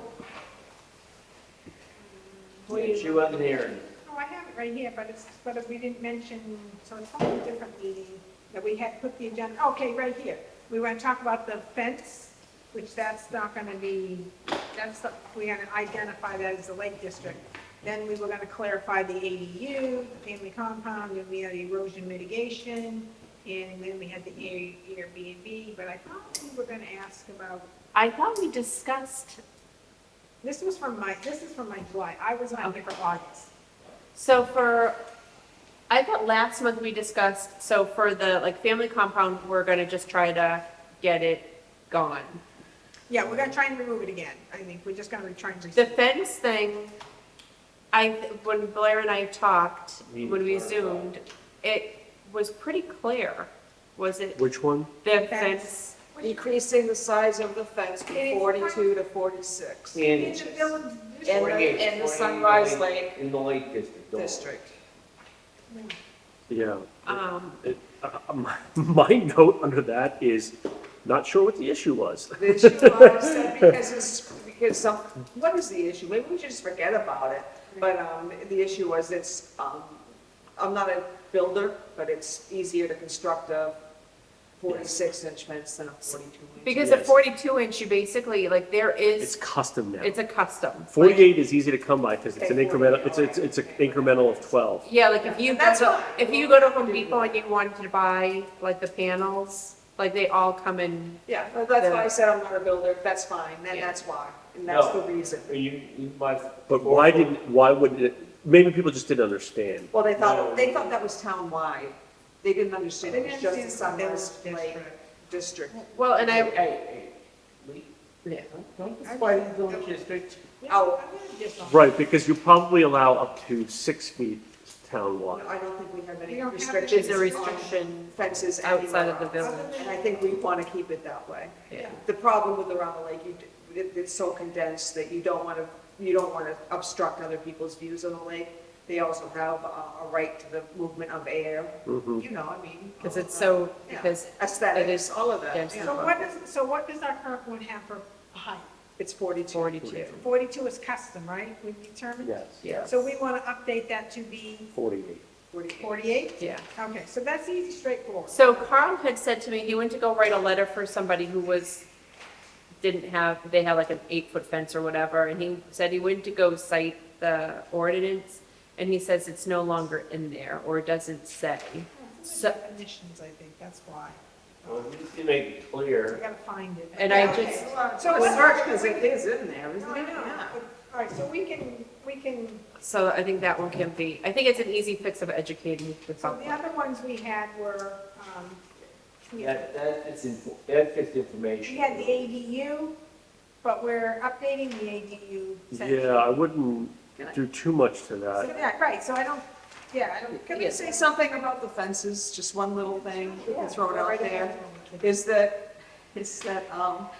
if somebody wants to build a bigger fence, don't they have the right to go before the ZBA? They to get do. build and in doing so, they would have to notify the abutters. Right. And that gives the abutters a chance in Yeah.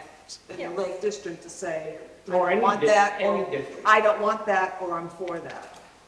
Yeah. That's my point Because on you could be- fences. Right, because it could be at your house, but you're not right on the water, and you say, I want a 6-foot fence, but who's it gonna? It's not going to affect anybody, but Or something even down my lake, it could me, it's affect not gonna somebody. affect anyone, Right, but. but I think that was the purpose, was to give the abutters a chance to weigh Yeah. in on a bigger fence than what there is, so Or- that's my 2 cents. It would give, No, I like if that. I want to build a 43-inch fence, my butter would say no. And then you're- They have the option to say no. Now, doesn't mean the ZBA says anything. Um, Just gives everyone. When you try and find it, Kate, You can never find it when you're looking for it, no. All right, so we're not gonna touch the ADU because you think that's, Yeah, Well, okay.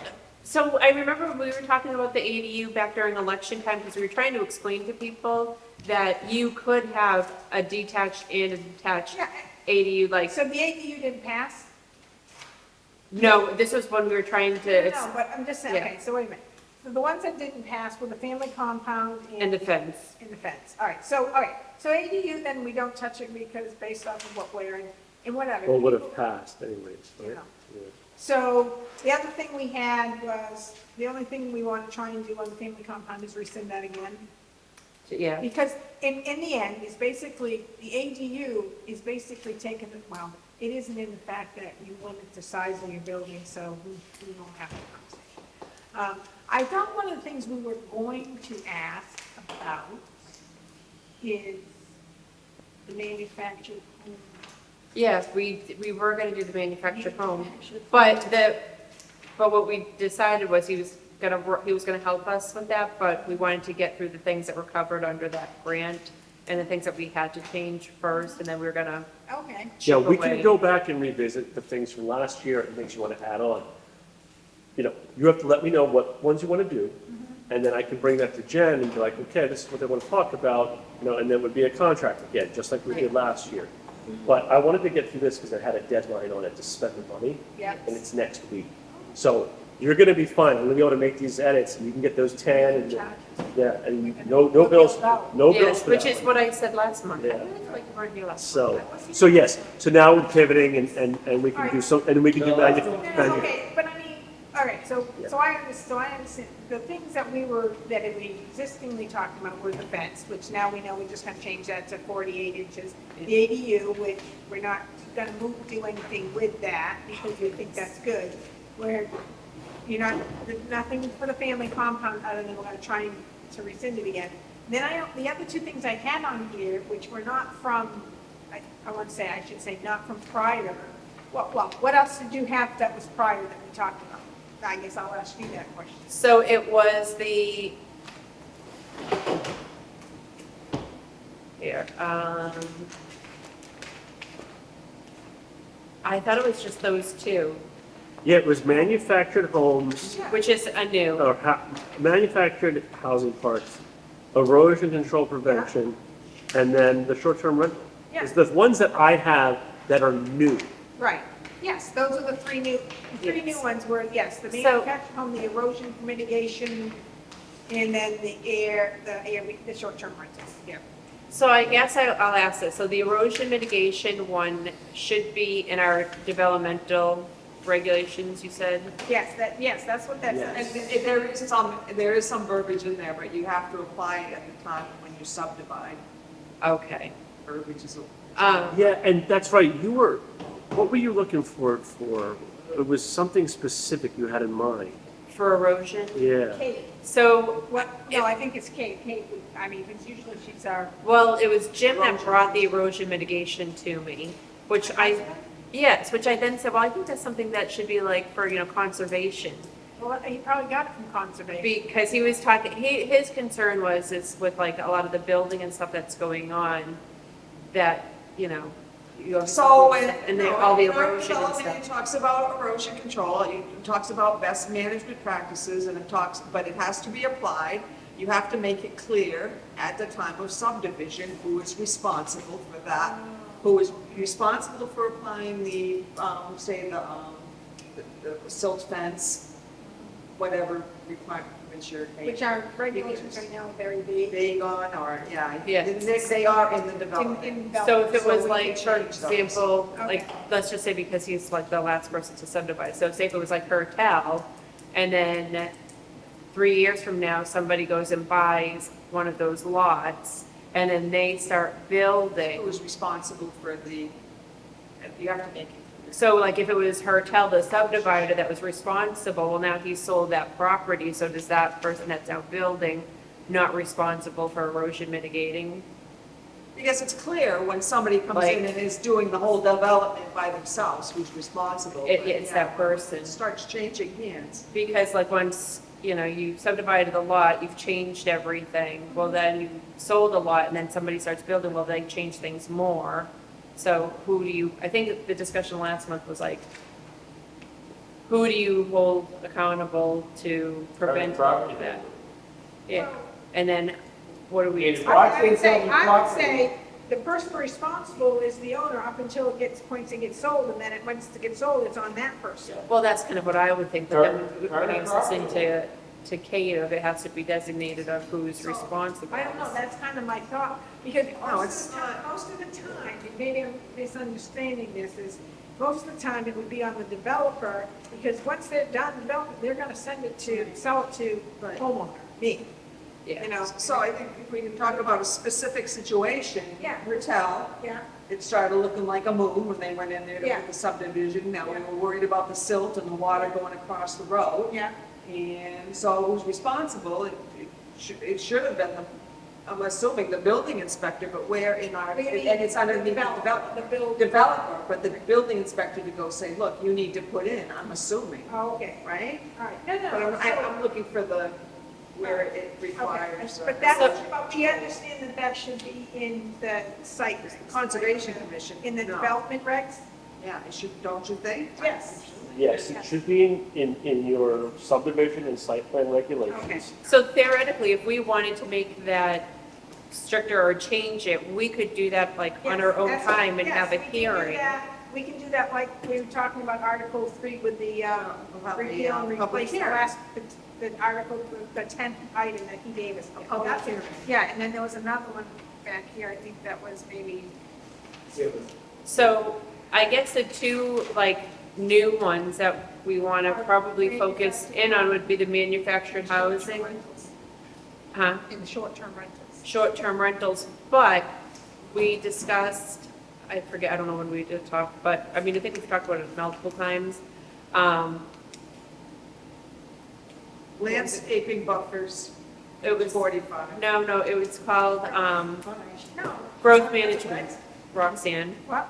growth management. Oh, Oh, the yeah, growth yeah, management ordinance. Yes. yes. No, I'm still on Yes, that. actually, yeah. And so, I mean, I think the last time we talked, it was like the growth, it seems like a growth management ordinance or looking into that kind of seems a little bit, I don't want to say higher up on the, Yeah, no, I think it is because, well, I guess what I would say is that it has become, because of these new latest laws, enforcements. enforcements, mandates, I like mandates better.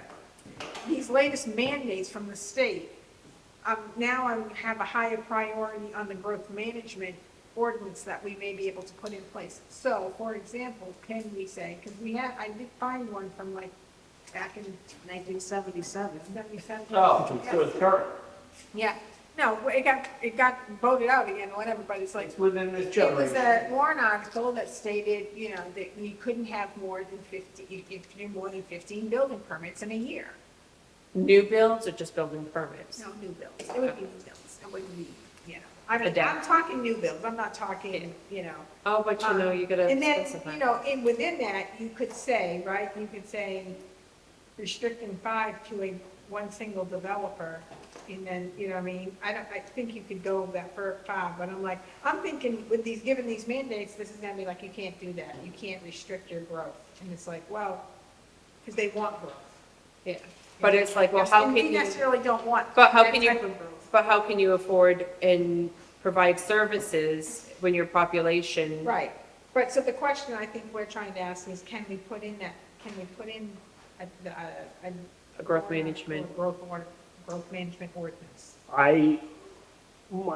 My instinct is to say yes, you can, but there's hoops to jump through. Growth management ordinances are very restrictive of people's property rights. And so you're gonna have to be, there might be a lot of hoops you have to jump through. Like, you might have to demonstrate why, Just like we did. why you feel like you can't manage growth, organic growth in your community. And you already have 5-acre minimum. That in itself is a growth management ordinance. But, I'll have to look into that one, because that one Just might, curious, I'm just, the other thing you could look at is, the things that where you pay money into something, impact fees. We did a whole thing, and for us to do the impact fee, basically, what did it come down to was that we would have to we could only hang on to the money for the 5 years, and then if it wasn't used, right, you have to you'd have to, give it back, and you have to keep that track of all that. And, given the small, staff that we have, that's just another burden, in my opinion. yeah. to- Yeah, you have to be prepared to put your money forward to do the thing that you say you're gonna do. Yeah, So, if that's not the route, and it's, you've looked into that, another growth benefit. Have adopted an impact fee regulation. Can we just ignore that we don't have one? Or that we do have one, you mean? Yeah. Well, Or no. do we just need to know how to apply it? Well, in the way that it's written as well, like, there's no set fees on that, and. right, you have to have, I think when we had the gentleman come in and talk to us about the whole impact fees, which was a number of years ago, we talked about like the whole formula, how coming up with that and all this and that, and it was like, you have to pay somebody, and I may be wrong. I know it was like a $20,000-$30,000. Yeah, And, Right on.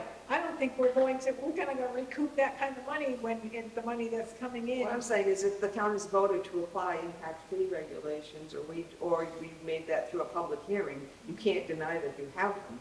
No, we're not saying. And fail to assess them, I'm just saying you, And we can't have a vague one.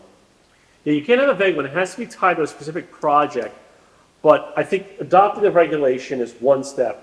The next step is identifying the project, and there's a process for that. So it's possible that it sits in your regulations that you can do impact fees, Yes. but you then have to go through the process of deciding what project. Is it a new firehouse? Is it a new this or that, right? Right. So as far as growth management, 67422 speaks to growth management, timing of development. I'll just read you the quick paragraph. Local legislative body may exercise powers granted, regulate, and control the timing of development. Any ordinance imposing such a control may be adopted only after preparation and adoption by the planning board of a master plan yeah, done, and a capital improvement program, done. and shall be based upon a growth management process intended to assess and balance community development needs, yada, yada, yada. So, there are steps you have to take, beyond just passing this regulation. There's still a couple more paragraphs that I haven't read, but I do know that, like, I was trying to point out, there are some things you need to do. Where is it? Only if there's a demonstrated need to regulate the timing of development based on the municipality's lack of capacity to accommodate growth. The need to regulate the timing of development shall be demonstrated by a study performed by and for the planning board or the governing body, or submitted with the petition of voters. Study shall be based on competent evidence and shall consider the municipality's project growth. Do you know of any places that have growth management ordinances that we can look to? I know Derry. Barrington used to. but- Derry, I don't know if it's still there, but when I was searching for one, I think it was, I don't know, all the years of mission. That's fine. 1 or 2 years ago, I was kind of like on this mad hunt for growth management. And I know Derry had one. I mean, they broke it down like very. So is that something that we can look at, or is there a smaller community that, I know Barrington used to have? Barrington used to limit the amount of building. There was another town, was somewhere in between. Permits that they give out every year. I forget what town it was. It was somewhere like in between here and Manchester, like one of those little towns that you hit along the way. I can't remember the name of the town, but anyway. That's fine. And their master plan was like their like growth management, like it was, their master plan, the way it was like written up was like very extensive. I wish I saved it because it was done very, very well. And I wish I could find out who did their master plan because they did a really good detailed job with it. But then it also talked about like their growth management and like all of the things that they could do to help with that. But if you do like Google search like the growth managements, there are a lot. But Derry has one that's very, very, very deep. Like it's a little bit overwhelming when you start reading it all. Okay, so How long does our master plan theoretically? it's not an ending, you know, it's. No, but you have to you have to look at it every certain amount of 5 years. years. Yeah, okay. But no one does. Because I thought Janet had said it was like 5 years that it needs to be done. We've got to be getting close. So 2027, because this is 2022. So, Actually, that's something I would like to have as a permanent fixture on our agendas every month, is just an item on capital improvement plan, master plan, and impact fees on the agenda every month. All right, so we digress. So that's, a lot going on with the growth management. Yeah, I've done a quick Google search myself. I mean, it looks like Bryan, Northampton had them.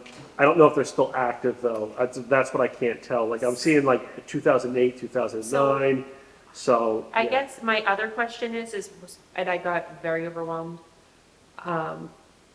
because when you read some of the growth management, they talk about, like, start dates and end dates, and then there was another one that mentioned having because we had our, what did we have back when we were voted on?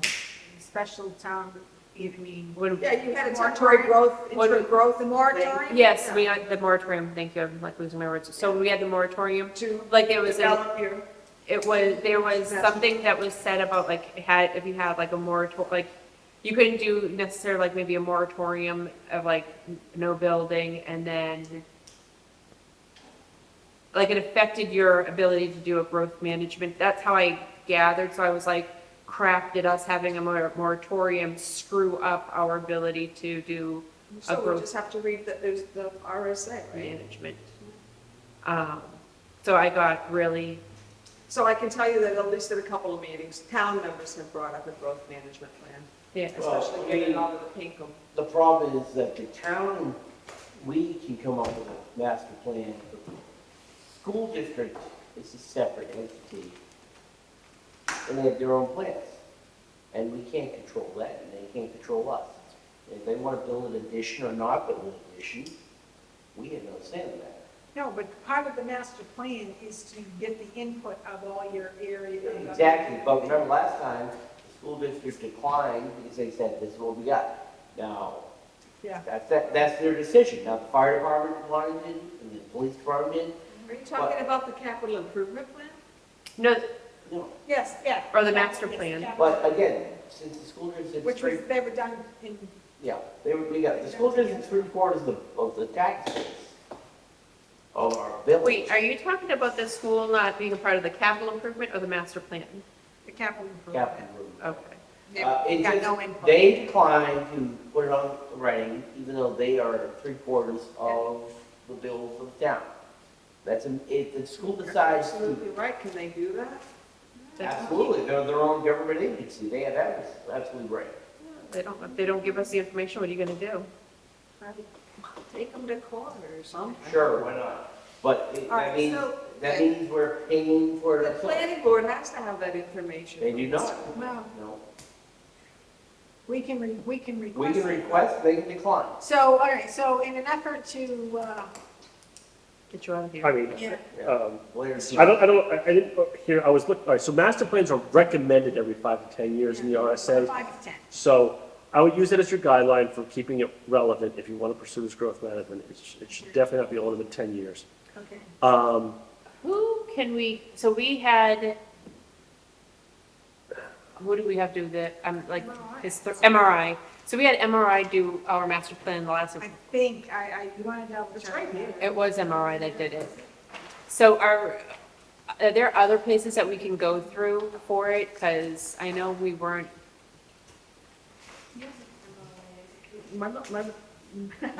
Municipal Resources Incorporated. Yeah, Okay. I've seen it. so are there other places that we can have our master plan done? Yeah, I mean, there's private, any private firm that does planning work can do it. Okay, I mean, SRPC does that stuff. Obviously, I'm going to plug them, but you can hire a private firm. Like Liz Durfee does a lot of work in Madbury. But you do want to make sure that they have mapping capabilities because you are going to want to have some maps produced. So just make sure you get someone that's got that capability. It might require a bigger firm, but yes, you can do that. You can find someone to update your master plan. In order to have a valid master plan, you need a minimum of a vision chapter and a land use chapter, and then everything else after that is just gravy. If you're going to be putting a moratorium on housing, you probably want to make sure you have a housing chapter. So those are, a couple things to consider. so 2027 will be when we would be due, that would be 5 years. Right, but he was just saying that the average is 5 to 10. So if yours is still valid, Yeah, it Yeah, is. it is still valid. Yeah, and a lot of Beautiful. communities Yeah. don't do it within 5 to 10 years. And I'm just Well, saying- ours was like, what, 20 plus? Yeah, so it's not like it's a rule. No. My thought was that if you had it on the agenda every month, We keep track of we it. could keep track of it, and more importantly to me than the master plan and the vision plan, because we all have the same vision, we all agree Yeah. on what we want, pretty much. is the capital improvement plans. Right. Those things are changing because costs are changing Yes. and infrastructure is changing. So I know it's not Population intended, we're is still changing. on the early side, but what I was wondering is, as we get closer to the 5-year mark, start finding out the cost, the person and everything else, because with all the changes, especially with the state, and then potentially doing growth management, would we potentially have to update our master plan Right. to show Right, the you can need start- for the growth right, we can be- management? We could be discussing it in year 5, but, Yeah. have the plan to be, okay, we want to have all these ducks in a row, so we have it, so it's done. Because we're gonna also end up probably needing to get a warrant article to fund paying for the Yeah, master and plan. and so that, to me, that's like at least 2 years away. I Yeah. gotta worry about the here and now. Oh, I know. The here and now. Yeah, So but the next other year two we'll have to things- start So the other thinking two about it. things. Yeah, because you'll have to get it on- manufactured I'm home thinking and we should start thinking about it. How, are other That's towns, just me. Well, that's kind of what I was thinking, because, so if we do a growth management, but we have to show the state popular? the need that we have to That you're a restrict. community that has. If our something- master plan doesn't reflect that appropriately, So you're saying that the school We need fund. did not cooperate, but they just didn't give us the information we needed, because that is So- the biggest part. so I think it But don't was, they have a, don't they give us There was a a lawsuit. report every year? Conway had Yeah. to do it. Yeah, but you, Yes. no, And then district the is lawsuit required. had lost, so then They they just rewrote didn't it. want to comply with another. That would be a good place to start. They have the information that we need. Yes. Okay, It's probably not as restrictive as They you'd like, didn't know but they- No, at least it's something. Doesn't matter. Okay, It's just- okay. We asked the fire Not department, what are you gold thinking mine, of the next just 5 concrete. years? And What's your actually, best guess? Conway, I think it's All like a we're section. asking- A forecast. Forecast, and, you but know, the forecast trying- that they had 5 years ago, especially because we had It's like a fire chief that was we had different. fire different chiefs. experiences, different everything else, but not only that, but look at how much has changed in 5 years of I mean, we, everything. in fact, we are a town planning board. They are the school district. We can't compel them any more than the county. So it was just, I just thought I'd bring that up because if we write up a growth management and we want to restrict because we're concerned about certain avenues, but then the state comes in and says like, well, your master plan doesn't reflect and, X, Y, and Z, like, we might want to just kind of keep track It of. could be the You're state never says gonna that the get school the, district. you're never gonna get the school board to commit to anything, Don't they do to a, tell you. don't they do a forecast? No. I mean, they You have have an to be idea, mean, but but I'm But like, wait a minute, they but I won't commit haven't- to saying how they're, how we're gonna, if we get overpopulated, what we're going to do. So What Chris, our plan is for the Yeah. school. So with a year or two- Expansion or, so I will say this, like, I want to say it was like last year around this time, when Crystal was still on the board, she said that the school board was supposed to be meeting and they had to come up with a plan for if that happened, and they had several I'm not aware different that that happened. options. We can ask Kelly, she's right here. There was Well, supposed to be a meeting also- to say, were they gonna look to do an addition, were they gonna look to outsource? Yeah, to but other they were supposed to have like a communities, written or up plan bring in and the done, How, the temporary classroom. the trailers. And I don't necessarily think that, I mean, it also could be the school board. So can could we be call these replaced all next trailers, or year, do they have to be just like the manufactured swamp schools? needs to be replaced next year. so. So what, So I'll let you know that Blair and I talked about short-term rental. yeah, I know Okay. short term, but long term, we cannot predict who is gonna be boards next year. The other thing. We could all be fired next year, and police would be sitting at home while some new board is sitting here I can saying, only hope. those idiots last year Pray. are crazy. Exactly, thank you. Yeah. So it was the Kearsarge Lighting Precinct in Conway. Kearsarge Lighting, Precinct, it's yeah. lighting though. Okay. KLP. Is it like Kearsarge, like KE? Here's, Precinct, you said? KEARSARGE. Yeah, I know it's. E. Yeah. Kearsarge Light- Precinct though, you said. Yeah. Okay. In Oh, Con- okay. I'll Is that look like at the that. Lake District? that a Well, water it could be, district? it could be, well, it could be like the way, it could be like the SLB. I mean, I don't know what it. But he's saying that they had This is a the short-term. Airbnb. Yes, they have a short-term rental ordinance. Sure. He says that. Can we look Because at it? Conway, actually, I think it was North Conway, now that I think about it, was, they put on a town ballot to ban them, and they passed it, and then it got immediately appealed, and I think they lost. And I think this Heritage in Conway, is there a Conway in North Conway? Yeah. Okay, in Conway, put forth this one, and it basically just, all residential properties that offer for any consideration sleeping accommodations to transient occupants shall be owner occupied and operated. Where shall not, so, and then 30 days, anything longer than 30 days is considered a long-term rental as opposed to short-term rental. And it defines what owner occupied, owner operated, and transient occupancy is. So it's very short. This But is it, here's but that this one? is, but this, yes, but Okay. this has been held up. So you know that you can at least do this. And what this prevents is someone buying a piece of land to just solely, Okay. treat as an Airbnb, as a short-term rental. I think you're doing that already. I'm sure they are. So buying a piece of, like, so if I go in and buy a house and say, I'm gonna buy this house for an Airbnb, Yeah, a lot of people do. If well, you that's look- what everybody's done around the If you lake. Google Sunrise Lake, I've seen the chalet over on one side of the lake. I'm like, oh, what is that? Yeah. It So looks what's like an Airbnb to me. Right around the corner from you, okay? Yeah. So There what this is. is One implying right is across the that, they put a restriction on it to say it has to be owner occupied. So like my condo in Cambridge, I can Airbnb that 364 days out of the year between all the different things going on around there. But what they're saying is, and this is Cambridge, is it has to be owner occupied. So if I go away and spend a week up here in your lovely community, I can Airbnb it while I'm away. Because it's my primary residence, I live Oh, there. right, okay, so I get that, all right, It's yes. not- it's- It's not an investment. Right, it's exactly. It's not an investment property. So, right, so which, in that case, I don't have a problem with it, because, the majority of the year, you're gonna be living in it. So let's say, Kate, you're gonna be gone for 2 weeks, and you're like, hey, I'm gonna throw it out there and make some money and.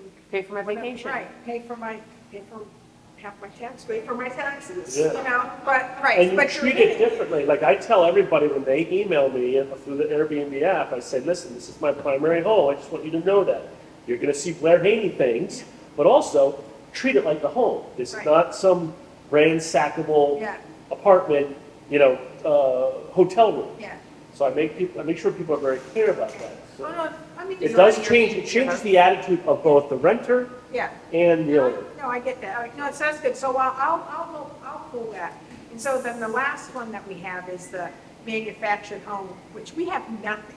And I'm like, if we could get some type of. And it's only like, what, like 4 sentences in the book? Yeah, I mean. I- It's minimal. very little. And I mean, we really want to have some type of guide. So I have a question. So for the Airbnb, how do you identify those? Well, Yes, that in. So is- are that they in- supposed to be registered with the state? And then Yes. is that, I don't believe there's a state registry. In Cambridge, I register with I mean, it's Massachusetts, but I register, they also passed, the state passed a regulation about collecting hotel taxes. So I have to register with both the state and the city, so, yeah. I don't know that New Hampshire has a state registry. So enforcement is always going to be your problem. yeah. And how do you get to that? No. And I should think we? that's, and I think unfortunately, I think that's what we're. I mean, if the state Not so much the. is worried about regulating that, that's on them. well, I think this, if the state is so concerned about people having homes and there's not enough homes for people to live in, then maybe they need to regulate the Airbnb situation and all the people that are coming in and buying second, third, fourth I think it's a houses separate and issue. Airbnb-ing them and So- taking up potential So year-round is houses. there, is there some Yeah. time that we can look at for the It's Airbnb? true, but it's a And separate it has issue. made an impact on them. Yeah. Because that's, No, that's all right. I mean, if someone wants to buy the house that's an Airbnb, they can buy the house with enough money. because we're screaming over each other now. No, I mean, we've been talking for a few hours, so. So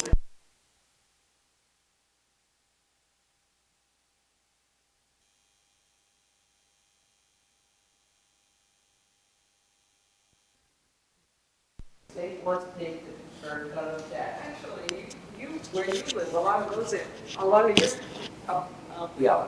your neighbors are rentals? Yeah. Yeah. You know, I mean, we have seasonal, we have Yeah, but rentals. your long-term rentals, I think, most of them. I mean, again. I don't know, I'm just asking. What is the town's, What's their interest? yeah, what's the town's interest? I mean, if So my I house. guess, so I Because guess if you're there's, making money, you know, you need to pass that, you know, you're making money off of your property and you're using town Town. resources. Town wants a piece of that. Which shower source of money you think? Well, if you The have some, deluxe ditches? so here's the thing, so if I go ahead and I Airbnb my house out as a like full-time Airbnb, Yep. and I'm probably making, you know, $2,000 or $2,500 a week. Yep. That's what a lot of these places are renting at. You know, you do that for an entire summer, think about how much money that you make, but look at the resources that you're making money off of that are the taxpayers are paying for. Roads, Uh, roads, police. fire. Road, police, fire, garbage, garbage. you know, Okay, you okay. know, you think about how much track somebody who's just going on vacation and But then how do we manage that? I mean, That's what we were saying. is that's what I'm John, trying- when John Moulton checking your septic tank, is he knocking on the door for the Airbnb?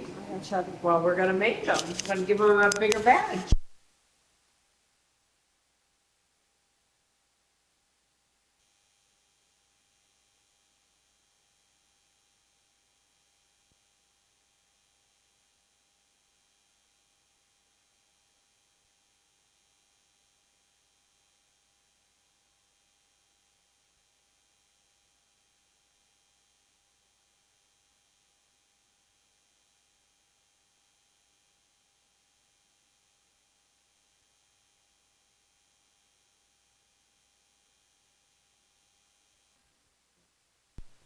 And there's no notice. I mean, I know which people are different cars.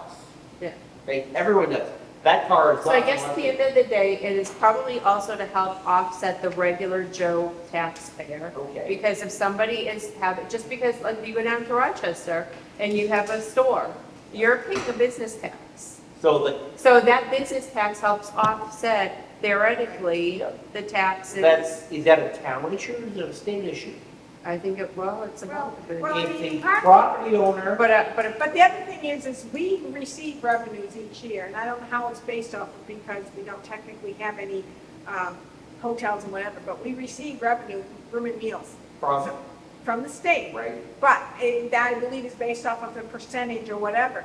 However, this could increase that provided, Well, what's our mechanism to enforce that? If the guy with the lot of property lumbers the yard, I understand, that's That's the their thing, issue. right? I think that's the concern we have, But is you how mean, do you. but there's a timber tax, right?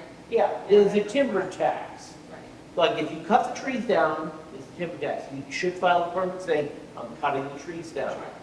And If you don't, are there's a significant penalty. Yeah, no, if you're doing the Airbnb, isn't there a form you gotta fill out or something? All right. So manufactured homes, we know. So what it's Okay. saying is that you have to allow reasonable accommodation to these things. Right. They can. We have some. No, it's a good, valid point. Right. We don't have any answers for you. That can go any number of ways. I think what your best bet doing is poking around some other towns that are similar size as yours and seeing how they're addressing it. Okay. And then come back to me or come back to yourselves, maybe bat it around a little bit, and then come to me and say, okay, here's where we're at. You don't do all the lifting, but, you know, you can't just send me out there because you could, I don't know exactly what you want, like how dense and how Right. restrictive, Well, we so. have nothing. So that's. I understand. No, Yeah, that's yeah. why I'm like, it was just Yeah. like, okay, if you did know, like, okay, this would be a good, maybe a good town. Oh, yeah, no, I don't, off the top of my head. I like, I'm just realizing now Nottingham flat out says no parks and they can't do that. So I may have to have a talk with them. Well, we would like to say that as well. Yeah, So apparently we can't, Kirsty. yeah. it- Well, I knew we couldn't because, well, I'm sure Yes. Janet's already letting us know right now, just shh. Manufactured housing, you were talking about the manufactured housing, what about limiting it to 55 or plus? Because I get that from towns. But, well, then, well, but here's the I'm workaround, not you saying say I'm it's a, advocating for it, I'm No, asking. no, but I guess the question would be is, right, if you say, okay, you know, you can't say you can't have manufactured housing, but can we say, if we have manufactured housing park, it can only be 55 and above? would that be? Are they still doing that now? I mean, Is that, You does not make that under the wire, or does that? But you can do that, but what if, like, let's say, you know, you and Jim move into a 55 development, and then something happens to your son and daughter-in-law, and then somebody's gotta take the grandkids, and you take the grandkids, and then they try to evict you, you can go to the courts and say, and then before you know it, it's like, no, you can't kick these people out because of these circumstances.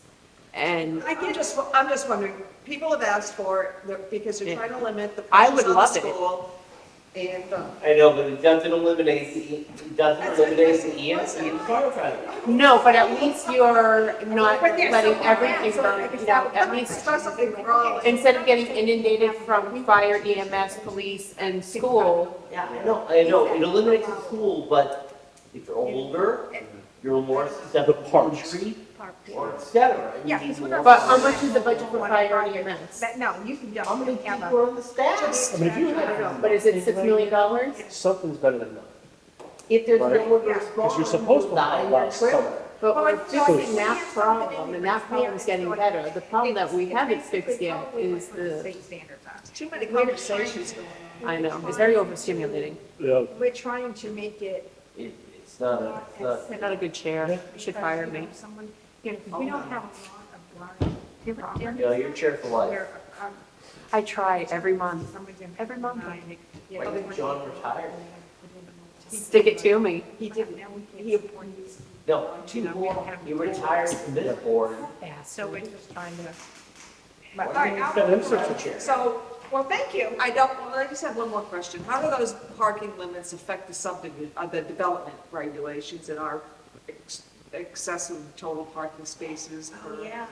Well, so I guess it would go back, I guess we would just have to reword things because we can't say like, you have to, like in the older people Right. thing, like we can't say you have to have 2 parking spots for every No. dwelling, but we can say, okay, 1 parking spot for every dwelling, but you have to have like, 25%. yeah, like 25 spots So for that every. means that we must amend our development regulations as far as the parking Yes. regulations go.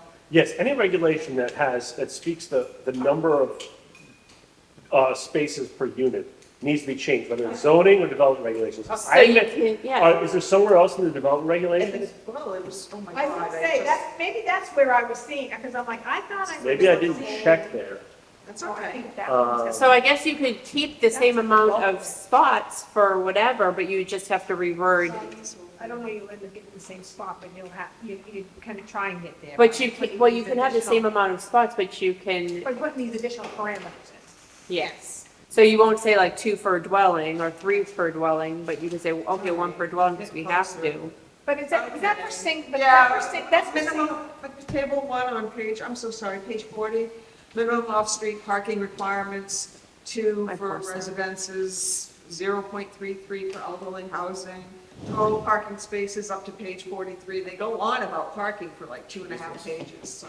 I was gonna say, see. Parking is a big situation around here. Like, Huh. Um, I did not see that, I apologize, I'll go back and look at that. so like, I guess before we adjourn, No, I got one more thing. Well, Go for it. okay, No, it's. get it out of your I'm here, system. yeah. Oh, it has to do with rules of procedure. And it talks about, there's a couple of things. What's important is we have Robin here to talk about the duties of the clerk. And then the other important thing that I wanted to, and I want your input on that, because we did have to fire a clerk before it was a regional thing. But We're not firing Robin, Kate. I Oh, walk. well, if she doesn't do what she's supposed to. Hey, if Robin goes, I'm gone. You will not see me here. Fire the chair. Anyway, That's right, fire me. it talks about procedure and preliminary design, it talks about preliminary design review, applications for subdivision, all of this is included in our development regulations. I don't know why we have it in the rules of procedure and there, and I want you guys, when you're reviewing this, as you will for our next meeting, why See, it's she's in so both much places. better at this. you need to learn. Make it, the updates. It's right on the corner. Yeah, I'm just saying, when you guys are looking at that, because we want to get those Yeah, Because what's important about it is that we don't have rules for alternates, and that's a pretty big deal. Don't have alternates. yeah. Well, That's we it. had one That- You once. wanna be an alternate? Okay. That's an even bigger deal. So I We guess, don't even Wait a have. minute, I guess, is that all you have, Kate? Yeah, so- are you done? Are you sure? So, So, don't we want to approve those without a public hearing and just do them at a meeting? Yeah. I Yeah. don't see any point in having a hearing. It recommends you should, but I don't think. we don't have to. We don't get. So They'll come and they'll be like, they'll think it's something else. I guess, so with Blair, Yeah. would anybody, or I kind of thought, because I've been Zooming him, and then Kate was like, well, I would have liked to have been a part of the Zoom. If it's during the day, it's highly unlikely. No, but what if we did like, if we had like one of our next meetings, if we was, instead of, Yes, or if we that could guy, put it right on yeah, so instead of having him drive all the way up here Yes, again, yes. There's no Yeah. point in him driving up. he can just, we can just zoom in. I Right. mean, I have, my laptop works, but we also have that Yeah. thing too, the- so. right. Yes, no, I mean, that would be good because then. It would save him the 2 hour, actually 4 hours of driving total. I don't know In why, today's day and age, I don't know why anybody would be driving 2 hours to work. please, I don't want to drive 20 minutes to work. I don't know why anybody. You obviously don't like the planet you gas Guzzler. I'm not working right now. You know, No. Oh, my God, that's right. What? you don't have to show up? Well, why is Oh, that? yeah. I'm on furlough. Oh. I'm not going, I have been on the, wait. Okay, so can we, Yes, we're done. wait So, a minute, I'll make a motion that we adjourn at So, 8:19, it's 8:22. 8:20? I'll second. All those in favor? well, I just